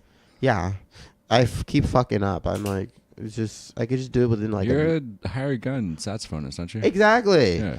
But it's like there isn't any money involved this time, so like that's my bad. If there was money, yeah, there would be more of a drive to do it. Well, yeah. But like if it's for free and I'm not 100% cool with the dudes. It sucks I because think like I need to do. It's fucked up in my opinion though. I need You gotta do it from the heart. to just do it. Actually, honestly, Instead it's, of grind it out. I mean, that's what Shark Punch is doing. well, you guys are we've been different. Like, We're different. I don't understand what you keep saying that. Like, what do you mean by we're different? haven't you guys seen this group evolve over the years? Yeah. He likes fucking you. It's like that, He's like, okay, I'll just do it. It's like I like you guys. I love you guys. The response. You're Like the, freaky. the response from the crowd, I feel like you guys still take that for granted a lot of times. And stuff. Okay, Like, interesting. the response of the crowd, people want to work with us. People want to play with us. Yeah. People want us to play on festivals and different shows. Yeah. And all people like us. We were actually able to sell merchandise as well too. We're getting good rapport with people. Like, I mean, more it's shirts. one thing to get a group together. Cool. It's another thing, like, okay, to get on a show together. Great. It's even it's a whole other thing. It's like we're actually able to get people to show up. That's the trick to it, man. Because I mean, I've been in multitude of groups where it's like it's hard to like just get people to show up, or you're just trying to like pay to play type of deal, like the DNA lounges as well too. You have to get X amount of people so you can be able to get some just to play there, just because they need money and stuff. I mean, it's but Shark Punch, however, I'm like interesting, even though it's not the best of musicality. there, which we are now. We're getting better. So I'm not even mad, honestly, because I'd look. Even when we went up to Portland, like, we had like 40, 50 people there. Damn. Yeah, there was a house full of people. I don't think any of them listened to Ska. No, they Or don't took even. the They time didn't to even know who listen to we it, were. and, yeah, they didn't know who the hell No. we were, and it was a house full of people, and like, okay, let's make them dance. And we started playing, and they're just looking at us. Were you there when we played that Santa Cruz house show? No, but I heard about it. When the cops showed up, me and Booker were the only like colored people. They're doing So you cocaine guys are in the like back. shitting yourselves. Yeah, we were like, there's white kids doing coke in the back. Like me and Booker, like we should get out of here. Nobody's I want to 21, talk they're about all that drunk. next. All right, go Booker. I've seen so much blow lately this past year. It's ridiculous. I heard recently. Was it yesterday? It was that in Humboldt. No. It was from somebody. I think it was yesterday. That if you're going to do blow, don't in the Bay Area because apparently there's a tainted batch, like coming around With fentanyl. Is it? Fentanyl is a very dangerous drug. That's fucking disgusting. Cocaine is a very dangerous drug too. I remember because they gave it to Ashley for her pregnancy, and they had to do like it was like super like we gotta do this dosage right because it could kill you. Whoa. All right, I trust you. Yeah, You're the doctor. You're the doctor. You got the PhD in this shit. And like that shit is cut with heroin and coke. I think maybe just heroin. But the thing is, it's like I forgot how many more times potent than heroin it is. And that people like they put it in street drugs because like, oh, my shit's better. And it's like, oh yeah, I feel it. Of course you feel it. You're gonna die. You can feel anything when you're done, dude. I don't like cocaine. I've never done it, and I'm never going to. But how do you feel about that show, the Santa Cruz show? Yeah, I get back to that. That was like one of my first shows with Shark Bench, and I was like, I was super new at it though as well too. And I remember I was like, oh wow, there's actually people dancing and they actually dig this music. And that was just a lot. That one was a lot of fun as well too. I was like, oh wow, I'm gonna be doing this way more often, and the crowd's gonna be super hyped like that. And so that just started becoming more of my life after that. And then after when Ryan and I stopped playing, honestly, when we stopped playing, Ryan and I, like especially with Space City, we were really on a. I mean, because over the years it was like this, but then it started getting better. Then he moved to New Orleans, and I'm like, okay, where are we going? So it's like, fuck. It's like, damn, it's like right there now. And then people always, like you, during this interview, it happens. It's like, oh, I remember when you did. I'm like, oh, yeah, that's right. I did that for 6 some odd years being in a band with him. And like, it's like we're at a standstill right now. I still look back at the unreleased CD we have, and I'm like, this is nice, actually. You have an unreleased Booker Londois CD? Yeah, it's pretty good. We gotta release it. Can we hear it? Do I have it on me? I'll need it. I have half of the tracks. I think Right. there's somewhere within my iTunes. They're really, yeah. Oh my god, yeah. Oh gosh, because it's some of the songs. It's pretty good. Because it's like the songs you heard like at that bistro show where Space Hoodie opened up. Yeah. But the thing is, you're able to hear it clearly, and it's like with the organ and the bassist, it's like, oh wow. It's like earlier the piano player. I'm so cool with him from Sweet Peaches. They're actually looking for. Oh, I shouldn't. Oh, What's I his don't. name, Nick?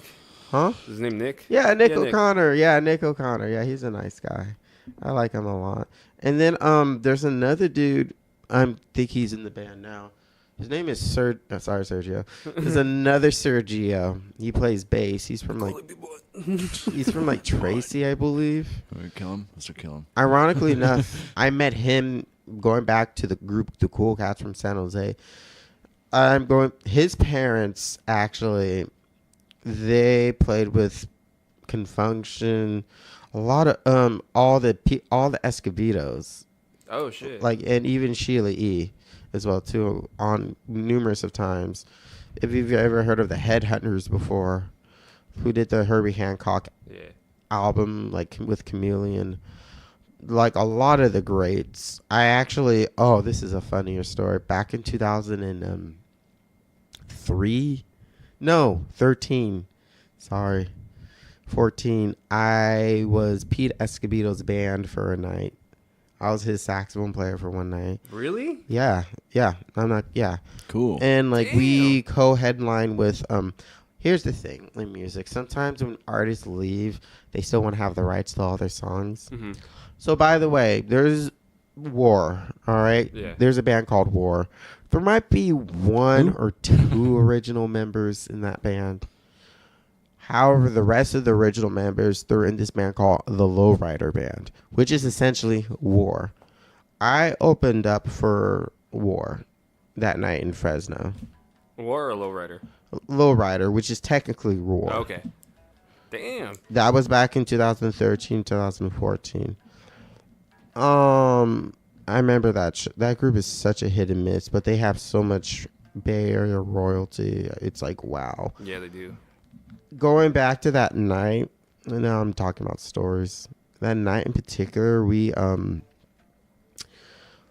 were just hanging out and chilling, and all of a sudden we hear all these police cars and like helicopters around. There was a hip hop show going over, and there was like some gunshots that went off, and like some What? there was like a fight. Yeah.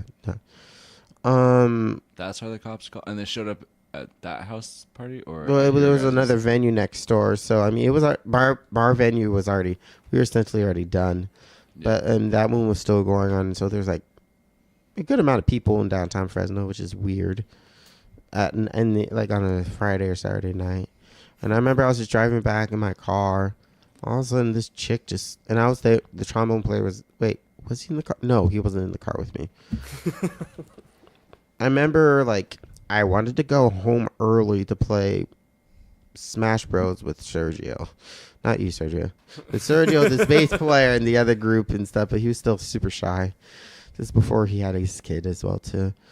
And, like, some girl just jumped in front of my car, and she got in my car and wanted me to, like, chase this other dude because she's not from the area. And, like, What? her boyfriend ditched her. This is before Lyft and Uber was, like, really accessible. And I was like, no. And so, like, she got on my car, luckily. And it was just a lot of weird things happened that night. Even earlier that night, when the bongo player, he fell in a ditch. He fell in a hole, and I had to take pictures, and we sued the city of Fresno. Damn, dude. Like, and he won it. Well, he actually had open heart surgery a couple of years ago. Oh, damn. He almost died, actually, but that money saved his life. That's good. Which is cool. That was a crazy story within itself. But God, yeah, I forgot what we were talking about before. I don't know how we got to there. I don't know. We're talking about the Santa Cruz house party. Well, no, we were talking about Booker. That's right. We were talking about Booker Long Duel, and it kind of led to just that.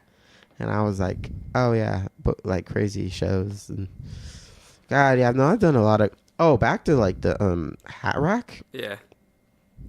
You only played there once, right? Yeah. Oh, dude, I was playing there like at least once a month. That dude was weird, Andrew. Oh, are we talking about Andrew Quirk? Yeah. Sorry, Andrew. I don't think he's going to listen to this. No, he won't. Hey, Andrew, fuck you. A lot of us weren't 21. I'll just kind of leave it like that. Were you playing at a bar? Was the Hat Rack a bar? No. What was the Hat Rack? It was a coffee shop. Oh, okay. Oh, Yeah, there was a lame. back room and stuff happened. There was a back room. Stuff happened. Stuff could have happened. And Stuff did happen. did happen. And Regrets were made. I actually had no regrets. Liar. No, I'm honest. Like, Okay. Booker has no regrets. believe I it or not, it. I was perfectly fine. Actually at that time. I'm not kidding. Okay, I know Okay. you're looking at me, Tommy. No, I believe you. No, I was actually trying to keep Ryan in line and stuff at the Oh, time. okay, then I definitely believe you. Yeah, I believe you. Then I heard a I whole. believe you didn't do anything. No, I'm not. No, I wasn't. Right now is a very interesting time. But then there was this stuff that happened, and I was like, okay. I heard about it, and just even going to the back room, I saw, and I'm like, okay. What was it? Do we have? I don't want to Yeah, get you it. have to. No, I don't want to. I'll tell you in the car. You don't want to Okay. put him on blast. No, it's not really him. It was other people that we might know within our inner circles that I was like, interesting, cool. You can tell us what the I mics really are want to off. know. I can't wait for this ride back Yeah. home. Oh yeah, I mentioned it to you a couple of times. I'm gonna go back a side topic. Huh? I'm gonna say why that Fireside was our worst show. Really? Yeah, it was pretty funny. It was my fault. Oh, really? When I could have sworn I was there. Oh, Fireside. Oh, Fireside. Yeah, because you remember how you said it was Shark Punch's worst show? yeah. No, because the thing is, you were not playing in the. Oh, well, Yeah. it's funny. You weren't playing in the key. But the thing is, the I was horn. there. You were there? Yeah, I remember that. It's because we had just I wrote that song when I was 19. Right. Right. Which one?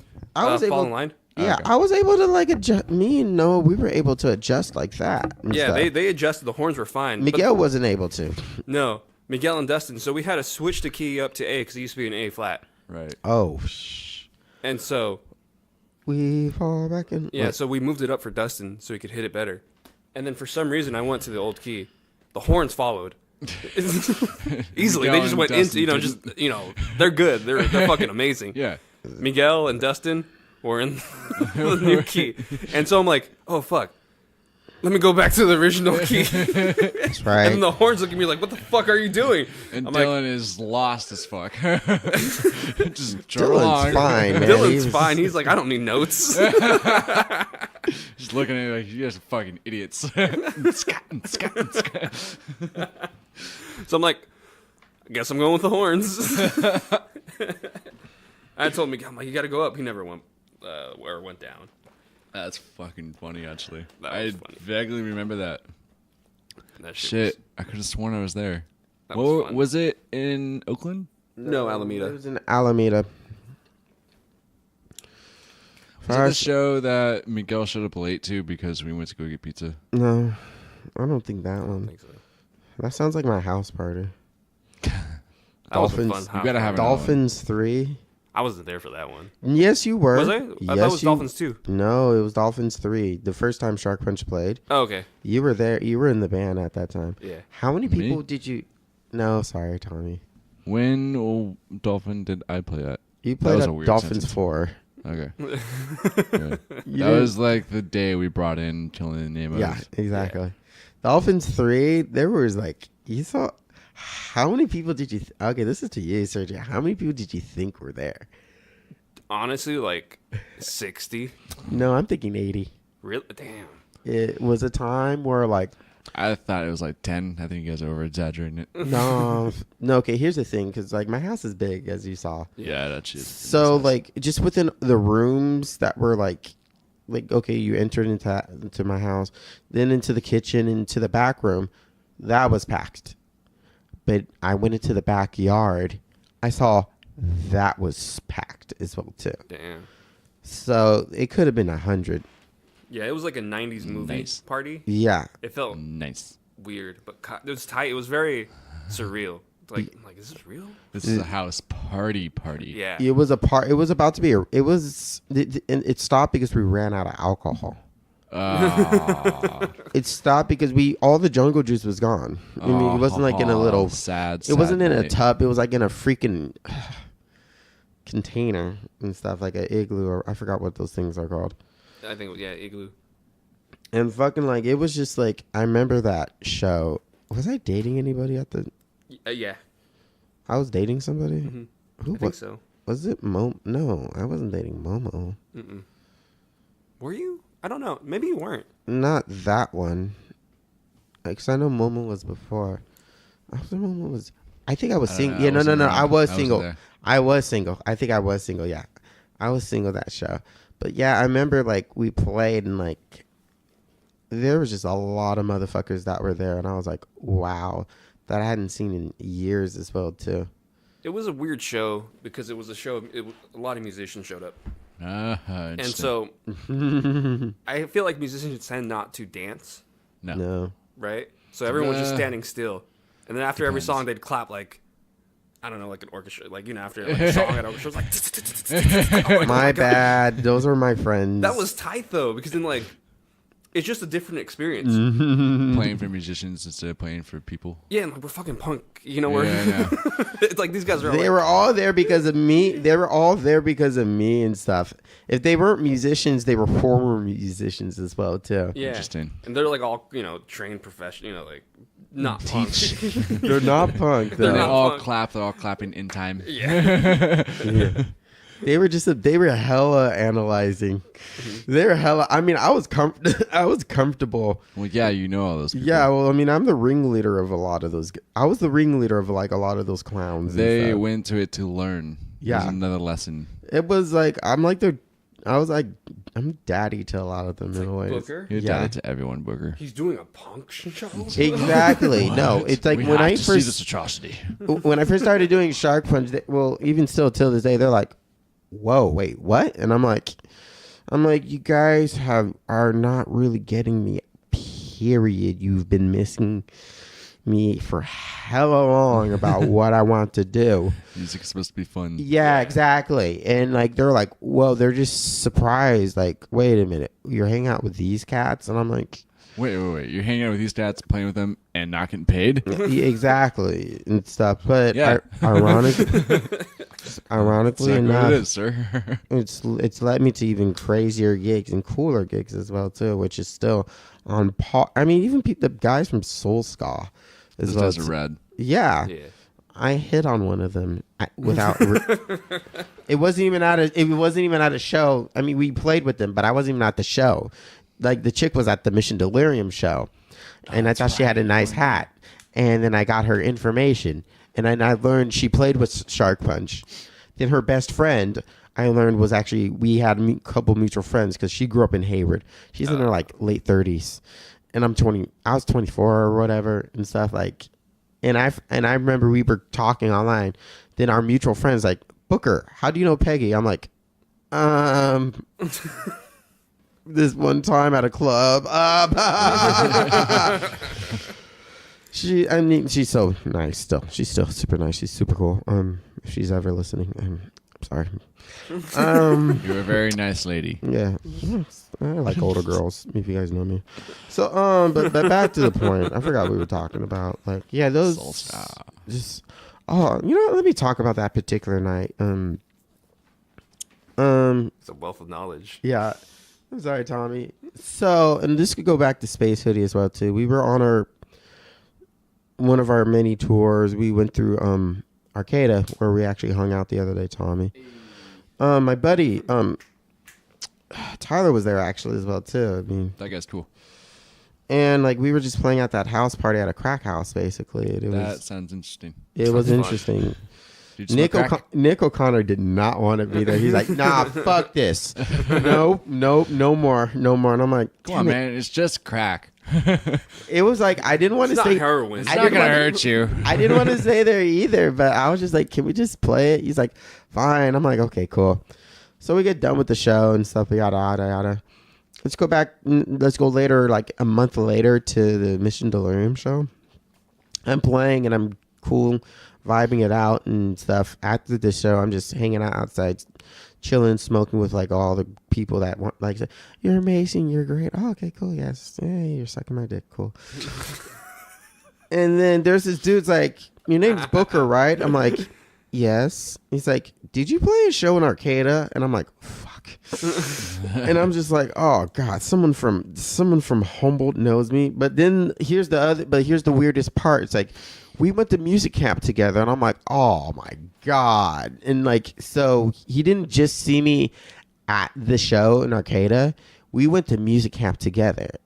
And I had to look him up on Facebook, and I'm like, oh my god, you did the thing with that one chick in band camp. And it's a small world, I could tell you that, especially with some of the shows you do. I mean, I remember even in LA when I was just at a rehearsal studio, some dude was like, did you do a show in Sacramento with da-da-da? And I'm like, oh my god. You're everywhere, Booker. Exactly. And I'm glad when we were up in Portland, no one knew me. Well, next time we're in Portland, hey, aren't you that one guy? Dude, I was so relieved. I'm like, You know, I'm surprised no one's like, weren't you in the World Series commercial? let me not talk about that. Like, I You're get in the that. World I Series still, commercial? yeah. You get royalties? No royalties, no. But wait, Tommy, you didn't know about that? No, this is news to me. Oh my god. So many layers to you, Booker. Right, he's an onion. I'm a potato. Josh Reddick, he was on the Ace for a while. Yeah, I know. Always Josh switched- Reddick is. Always He's my switched homie. up his songs. He had "Careless Whisper" as a song, and I remember I had the bright idea. It's like, hey, how about I bring my alto sax to the game? Mm-hmm. Every time he was up, I just played "Careless Whisper," and I got on national TV, and I had people from even from New York and New Orleans, Florida, people just messaging me, commenting on me, and just saying, Booker, is that you? And I'm like, yeah, that's me. And it was just for that one game. I'm like, okay, that's cool. Going to the World Series, there's a page about like, we appreciate all the MLB fans. I just come up and I had a nice good 3 seconds, 3, 4, 5 seconds.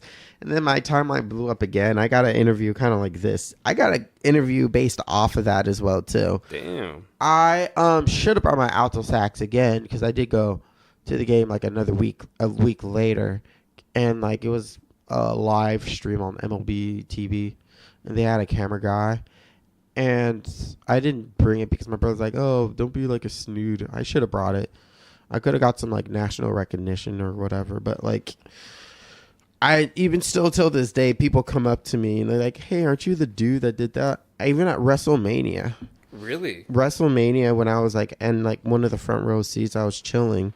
There was a guy literally next to me that was, because I had Warrior gear, and I was like, hey, you look really familiar. And I'm like, all right, okay. Fuck. He's like, okay. Booker Long duo. Exactly. Base Hoodie. Mission Delirium is that one I still haven't gotten West to. Rand. Okay. I'll talk to you about Wes Grand later, actually, because how I was supposed to be one of the original members. That's another story. And he was like, didn't you go to Chabot? And I'm like, yeah. It's like, oh, you're the dude from the Careless Whisper. I'm like, yes, that's me.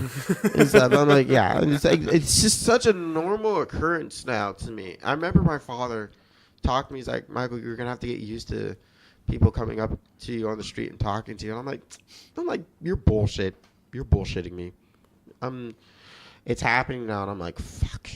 And now seeing how I'm teaching kids now, it's gonna happen even more as well too. And it's just, even with this whole Hayward Street Fair, it's just gonna be over 9,000. Mayfest, I was being bombarded by people like constantly, just because I hadn't seen them in years because I did stuff with Ryan. Yeah. Seeing how Ryan got out of the picture, I just didn't see them, but they always followed me on my gig announcement page, which I'm at like 900 people.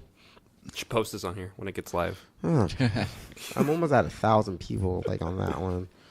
That's like, pretty chill. Yeah, it's super chill. It's like even like, because I mean, there's people that do come to the shows after I post that, because I don't want to attack people. I'm so annoyed at that. I'm like, I don't want to do that. I'm in that group. I fucking love it. Oh, the good announcement group. Yeah. Oh God.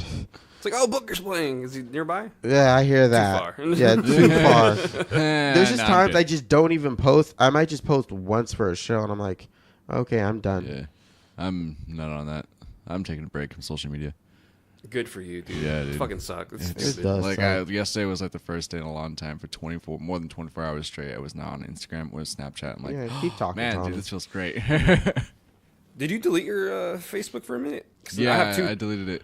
Okay. Yeah, because when I messaged The one that's I'm like Thomas Blackard, I deleted that one. That one got hacked. Oh, okay. So I deleted that one a long time ago, and then I deleted the Messenger, and then I created a new one.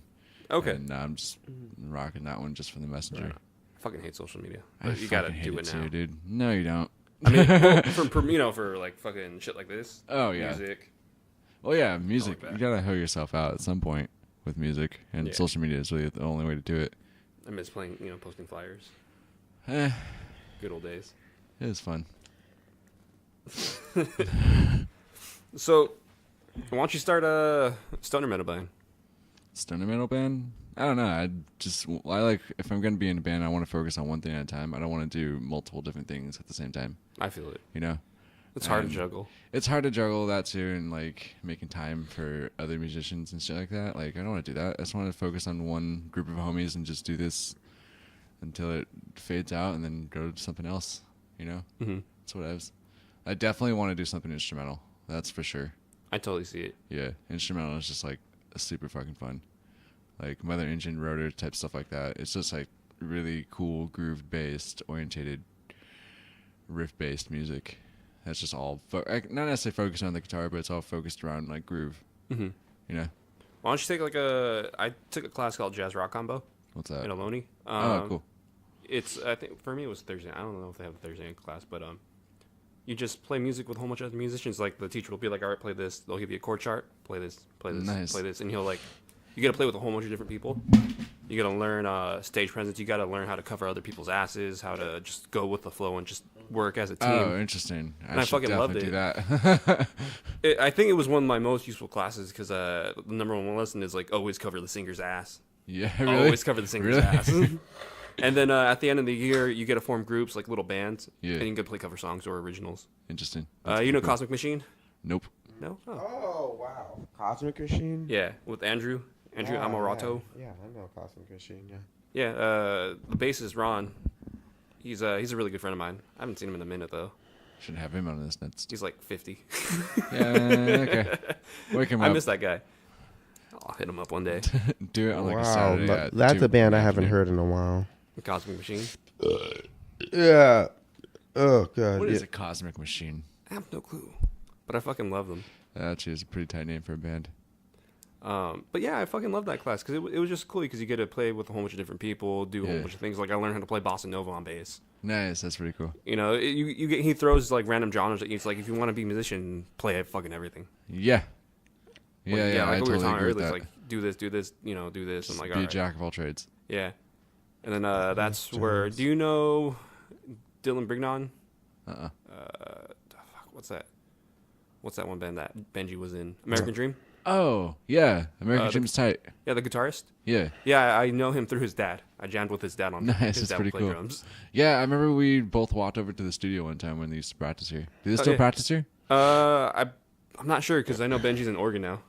I'm not sure they're still Genius. playing music. I miss that guy. I should have jammed with him a lot more, actually. I only jammed with him like once or twice in my life. The fucking dude. His- He likes to growl. Oh man, Yeah, like I all with know. his bass. I love his bass tone, actually. His bass tone is fucking gnarly. Actually, I found out who Wander was by going to go see an American Dream play. Oh really? Yeah. Tight. And like it was hella random and hella funny because like get there and it was at the Submission Art Center in San Francisco before it closed down. And that place was fucking cool. I always wanted to play there, but like the more and more I went, the less and less people I saw going there. So eventually it was going to close down, which Yeah. kind of sucked. But yeah, I went to go see American Dream play, and ended up seeing Wander one night. Oh whoa! I know, This is look an at all those old ass bands. flyer. Yeah, I mean, I know like a majority of those bands. Show Sergio this one. Let me see. Social Stereo. Yeah. It's back when it was Wake and Wander too. Yeah. Yeah. Oh. And my Mhm. brother actually Wow. ended up going to that show too, go see Benji play. And then we Damn. ran into Ryan, and my brother and Ryan had like a class in Logan at one point. So they're like, "Hey, dude, how you been? I've seen you in a while. Oh yeah, doing good. This and that, this and that. Oh, this is my brother Tommy." And then just been tight with Ryan ever since. Your class of 2011, right? No, 2000, 10. supposed to be 2012, but it took me another year, 2013. You're 2 years younger than these guys. I'm Okay. 24. Mm-hmm. Booker, how old are you? 25. Fuck, I'm old. I'm 20. Am I the But- youngest one in the band? I think so. I think so too. Damn. Fuck, I am. Mm-hmm. Yeah, Because because you guys are older than me. I don't know what it was, but something about like Miguel's year turned out a lot of good musicians. Yeah. Like I don't know what it was. I don't know either, man. Cause What you had, year was he again? 2010. He was 2010. Like you got Los, you had Wander, Yeah. you had like Sweet Peaches. They're from Logan? I Wait, think Jamie's what- from Logan. No, Sweet Peaches at the time, they were Piranha Party. Yeah, Piranha Party, but they're class of 2010, I believe. They went to Okay. Logan? I think part of them did. Holy fuck, I didn't know that. Yeah. Some of them came from Fremont too. That's pretty cool. But like that whole year just turned out good musicians because from guitar, like a lot of good guitarists I know are like you, Dylan Brignon from American Dream, Uh-huh. Christian from Wander, Yeah. like all like the three He's of you, good. fucking Yeah. are amazing. Yeah. I fucking love you guys. I remember the first time watching Christian play, I'm like, holy fuck, that guy's good. Yeah. It wasn't necessarily like how he was playing it was mostly like what he was playing. It was very melodic. was almost hypnotizing watching him play the first time. I was like, wow, dude. Then I remember going home and immediately wrote a song. The first time I saw him do an acoustic by himself. Oh, weird. At some pizza joint in Newark. Love at First Slice. Yeah, Love at First Slice. Oh, interesting. How the fuck do you know this? My Played there ex, probably. my ex played there all the time with her pop punk. My ex played there all the time with her pop punk band, and everybody went there. Like with Reed Saw Ghost, everybody played there. Everybody. Yeah, because I went to go see Cosmic Machine play, Yeah. and then Christian was opening. Yeah. Cool. Yeah. I saw a lot of shitty bands with my ex girlfriend. love God, shitty man, that bands. was. Ooh, Name 2. Name 2 of the bands. They were that bad, all right. Yeah, I didn't want to name them, and I was just like uncomfortable. I'm like, why am I seeing this? Why am I doing this? It's the human expression. It was. They're really sad on the inside, Booker. I really am. They're just portraying to be happy. And really they're dead inside.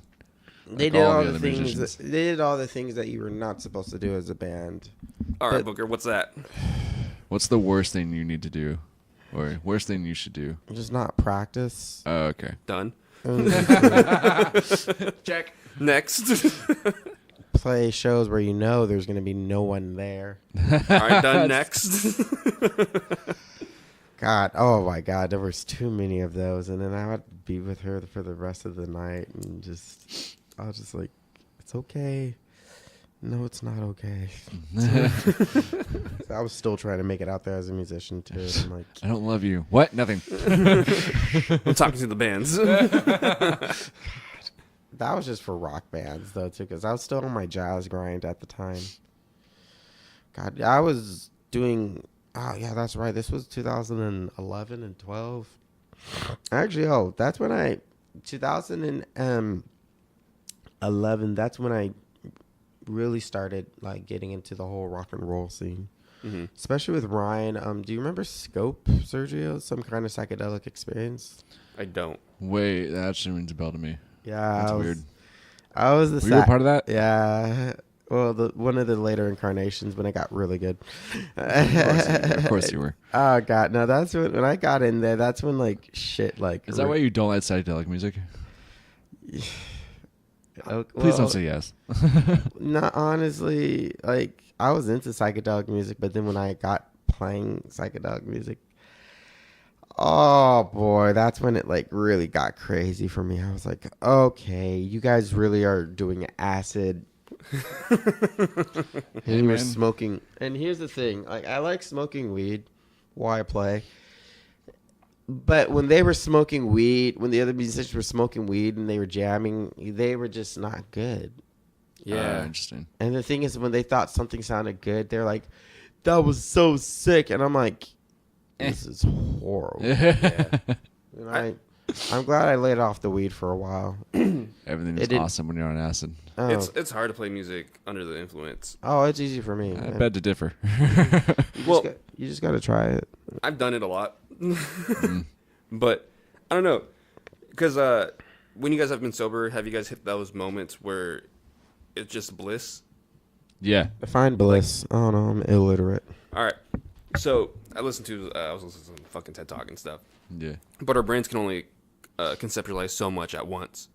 And when we're playing music so much, like so well, and we're in that pocket, in that groove, we can't comprehend everything at once. And we technically cease to exist because our brain's overloaded. And that's like when you have that hair standing back on, your hair stands up. That's pretty and cool. you just lose yourself in the music, right? Wow, I haven't existed for a long time then.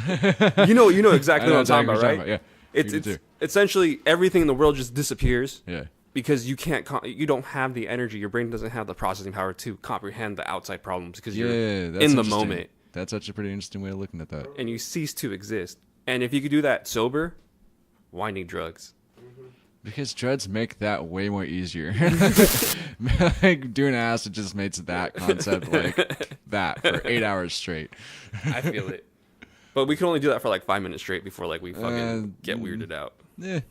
I don't know. I love that feeling. As soon as we like click in and lock horns, it's like everything we do is like on point. It's like fuck yeah, let's just like keep better doing than this sex. going. Maybe. I differ. I can't say. But yeah, it's fucking cool, man. I love being a musician. It's tight. I miss that feeling. I miss playing. I only get it when I imagine myself playing. And come by and jam with us one day. I should. Your guitar is here. There's an amp for you to use. I gotta bring my amp back here. Yeah, dude. I want to fuck with it. All right. Because there's that crate behind the B-52 cab. It's fucking. Who's this, Zach? That's Zach's cab, yeah. Yeah, we gotta get rid of some shit. We've gotten rid of a lot of shit now. Yeah. We got more shit too. Cause like I want to bring my amp, but like I don't see fucking room for it. Eh. Yeah, we'll find room. Whatever. I fucking. I love gotta amp. get a new amp. Are you still using the crate? They never bought you a new one? No. I mean, it still works. It still functions. It's still like a road warrior for sure. Mm-hmm. But it just does not sound good to my ears anymore, and it's very inconsistent. Oh, okay. Like now I'm using the actual amp for like gain and distortion and all that shit. Mm-hmm. Because why not? I have the tubes, and whenever I switch from clean to dirty, and then like back and forth, every single time I switch back to channel 2, it sounds different. Oh. And yeah, Weird. it's just a very inconsistent amplifier. So I'm looking at like either a Blackstar or a Mesa Boogie next. What guitar are you using? My Les Paul. Les Paul? Okay. Yeah. I remember your Flying V. Yeah, I haven't played that in a long time. That was good though, because I remember you would, you do the pickup switch. Yeah. Because you have the 2 volume knobs, and I fucking love that. Man, I wish I had 2 volume knobs. I remember you telling me that one day. Yeah, I remember you telling me that. Yeah, you can get away with it on the Jazzmaster. Yeah. You can't do that on a Strat though. No. That's why I don't really want to gig with the Strat. You pooping again, sir? I'm peeing. Oh, okay. You peeing? We actually have merch. Yeah. Oh, the merch is here? Take a shirt. Oh, sick. Nah, I'm not gonna take a shirt. I don't have money. I'm hungry, honestly. You want to get something to eat on the way home? Yeah, we can wrap this up soon after you pee. Yeah, Damn. let's do like a sandwich and coffee and shit. I don't know. Yeah. I gotta get I'm getting a babysitter later, so I can fucking take care of this shit. Because I'm Nice. gonna bust out some intros Nice. that I got, and just because I think you guys are like number 9, number 10 On podcast? Yeah, and I haven't released any. I gotta put them all together. Tight. But You gonna edit all these? what's up? You gonna edit all of them? Not really, because I mean, there's not really much editing needed. Right. I just gotta put an intro, talk about the sponsors. True Force, fitness gear. True Force. They like to bring the best out of people. I'll have to read the script later. Sorry, Adam. Yeah. Dude, I love those Strats. You know what I want though? Which one? Well, I want everything from Fender, but I want a Jag, A what? a Jaguar. Oh yeah, Jaguars are fucking cool. I like short scale guitars. I like short stills too, but I like the Mustangs more than the Jaguars. Really? Yeah, they're just smaller bodied and like you can throw them around and they're super fucking light and they're super durable. All Fenders are like you can huck them across the stage and nothing will happen to it. Hopefully. You know what? I one time I played a Les Paul because the Strat went out and I didn't know what the fuck was happening. So one of the bands. Was that let me a borrow the Day Les Paul. Labor, right? That was a Day Labor show, right? I think it was a Day Labor show. Yeah. But I forgot which band let me. It was a touring band and let me use their Les Paul. Yeah, okay. And I'm like, it's fucking heavy. I fucking love that. It's like if you're gonna hit someone, it's gonna live. You're not gonna go out of tune. It's like Dustin, watch out. Yeah, dude, my Les Paul is. I don't know exactly what year it is. My suspicions is that it's a 69 or a really, really early 70. Where'd you get it from? I got it from Starving Musicians in shit. Santa Clara. And, like, I just got a bunch of money one day and, finally just got my check and shit like that and went to a music store. And I'm like, I know this is a bad idea. This is not a good idea for a musician to walk into a music store with $1,500 in his account. Like, Yeah, that's a bet. Yeah. So we walked into the Guitar Center and I just started playing guitars and amps. I'm like, no, I'm not going to get anything. I don't want to waste all my money right now. I just saved all this shit up. And then we left Guitar Center and went to Starving Musicians, just like right down the street. Yeah. And then I saw the amplifier that I've actually always wanted, which is the Sun Beta, which is what Red Fang uses. And it's just like a gnarly, cool tone. It was like a 410 combo kind of thing. And I was like playing it with a bunch of different guitars and plugging in different shit into it. And like played other amplifiers that day too. Played a couple Mesa Boogies too. and I just really, really liked that Sun Beta for some reason. It just had the tone that I was looking for. And then I was like, let me try this guitar, and let me try this one, let me try this one. And then I kept walking past the Les Paul. I'm like, I don't want to play that because I know I'm probably going to buy in it. I came here for an amp. I came here for an amp. I need a new amplifier. I got a good guitar. Everything's good. I just need a better, reliable amplifier. And then finally I was like, let's see what this Les Paul is made of, and just kind of pitched it up. I was like, fuck, this thing is heavy as shit. Yeah. Set it down, plugged it in, and I strummed just an open E chord, and it fucking screamed louder than any of the guitars I was playing that day. And I was like, holy shit. And then just like ran around and plugged it into different amplifiers, and it was like, it just, like it sang. Nice. Like whatever note I held, it stayed on that note, and I was like, holy shit, this is not my good. guitar This now. is not good. I put it back up on the rack, and I started talking to the dude behind the counter. And I was like, dude, what do you know about the Les Paul? He goes, oh, it's a 74 Deluxe. Some guy came in here and, sold it to us. And as he was telling me about it, this other coworker was like running duties and shit and walked behind him. And he looked at me and goes, I'm buying that guitar. I'm saving up my money and I'm buying that guitar. That one's mine. And you then said, fuck you. And then I remember the moment too. I remember him walking by and he's looking at me. So I'm getting it. And he walked into a room. And it's like, I'm buying that guitar. And turned around and grabbed it and put it on the counter and like, I'll have this. And he didn't come back out of the room, I think, until after I left. Mm-hmm. So he might have, I should have gotten in the car and left. He came out and went, fuck! Like, who knows? Maybe he fucking tricked you, dude. He's like, maybe, dude, but thank you for tricking me because I love that thing, man. It's like my baby. that was meant for you, Tommy. It was meant for me. It still needs some fucking work. The jack on it doesn't really work. But like, I don't know. It's somewhere between 69 and 72. Right on. Little Gibson Les Paul. And they're actually going out of business. Well, Gibson USA filed for bankruptcy. Yeah. Saw that? Yeah, I did. Yeah. Them and Guitar Center. Fender lives Guitar on. Center? Fender lives on. And Guitar Center filed for bankruptcy? When did that happen? A couple weeks ago, I think. Oh, fuck. Double check that. I will But look I'm it pretty up sure later. they did. All right, because they have too much debt, just like Gibson. Dumbasses. There's just one YouTube channel I watch. I think it's The Company Man, and he explains it all. Interesting. Yeah, I was watching the YouTube channels and people talking about like what Gibson's been doing wrong. It's like, dude, the only thing they're doing wrong is just making shitty guitars. Like now that I have like something that's vintage and like is what is basically sought after and is like a nostalgic guitar. Yeah. It's a very true, honest tone that's been around for years. And then you play the new shit and it does not even feel or sound exactly the same at all. They're completely different. Yeah, I don't get it either. I don't know either. They just did not keep up with their consistency, and they're light. That's what I don't like about the new Gibsons. Oh, all of them are super, super light. Yeah, people love that heft. It sounds better. Yeah. It resonates better. It Yeah. feels better. Like you can feel it resonate against your body, and you connect with your instrument, and that's what makes you sound better, in my opinion. Yeah, you become one with it. It's an extension of you. I don't know. It's your axe.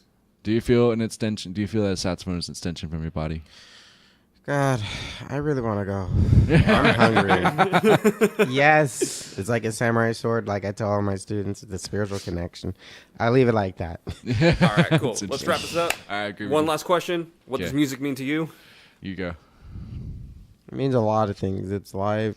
It's like the amount of you put into it. It's the amount you get back. I'll just leave it like that. Music is life-changing. It is cosmic aura, something interesting, spiritual. Insert, and we'll leave it like that. All right, cool. Goodbye, everyone. Love you. Thank you for listening to another episode of Audiolosophy. Thank you to our sponsors, Zetnom Sounds and True Force Fitness Wears. Remember to use that promo code AudioForce for 10% off at True Force Fitness Wear. Like us on Facebook and follow us on Instagram and Twitter. Again, thank you for joining me on my adventure through this crazy world we call life. Remember, folks, make it a great day or not. The choice is yours.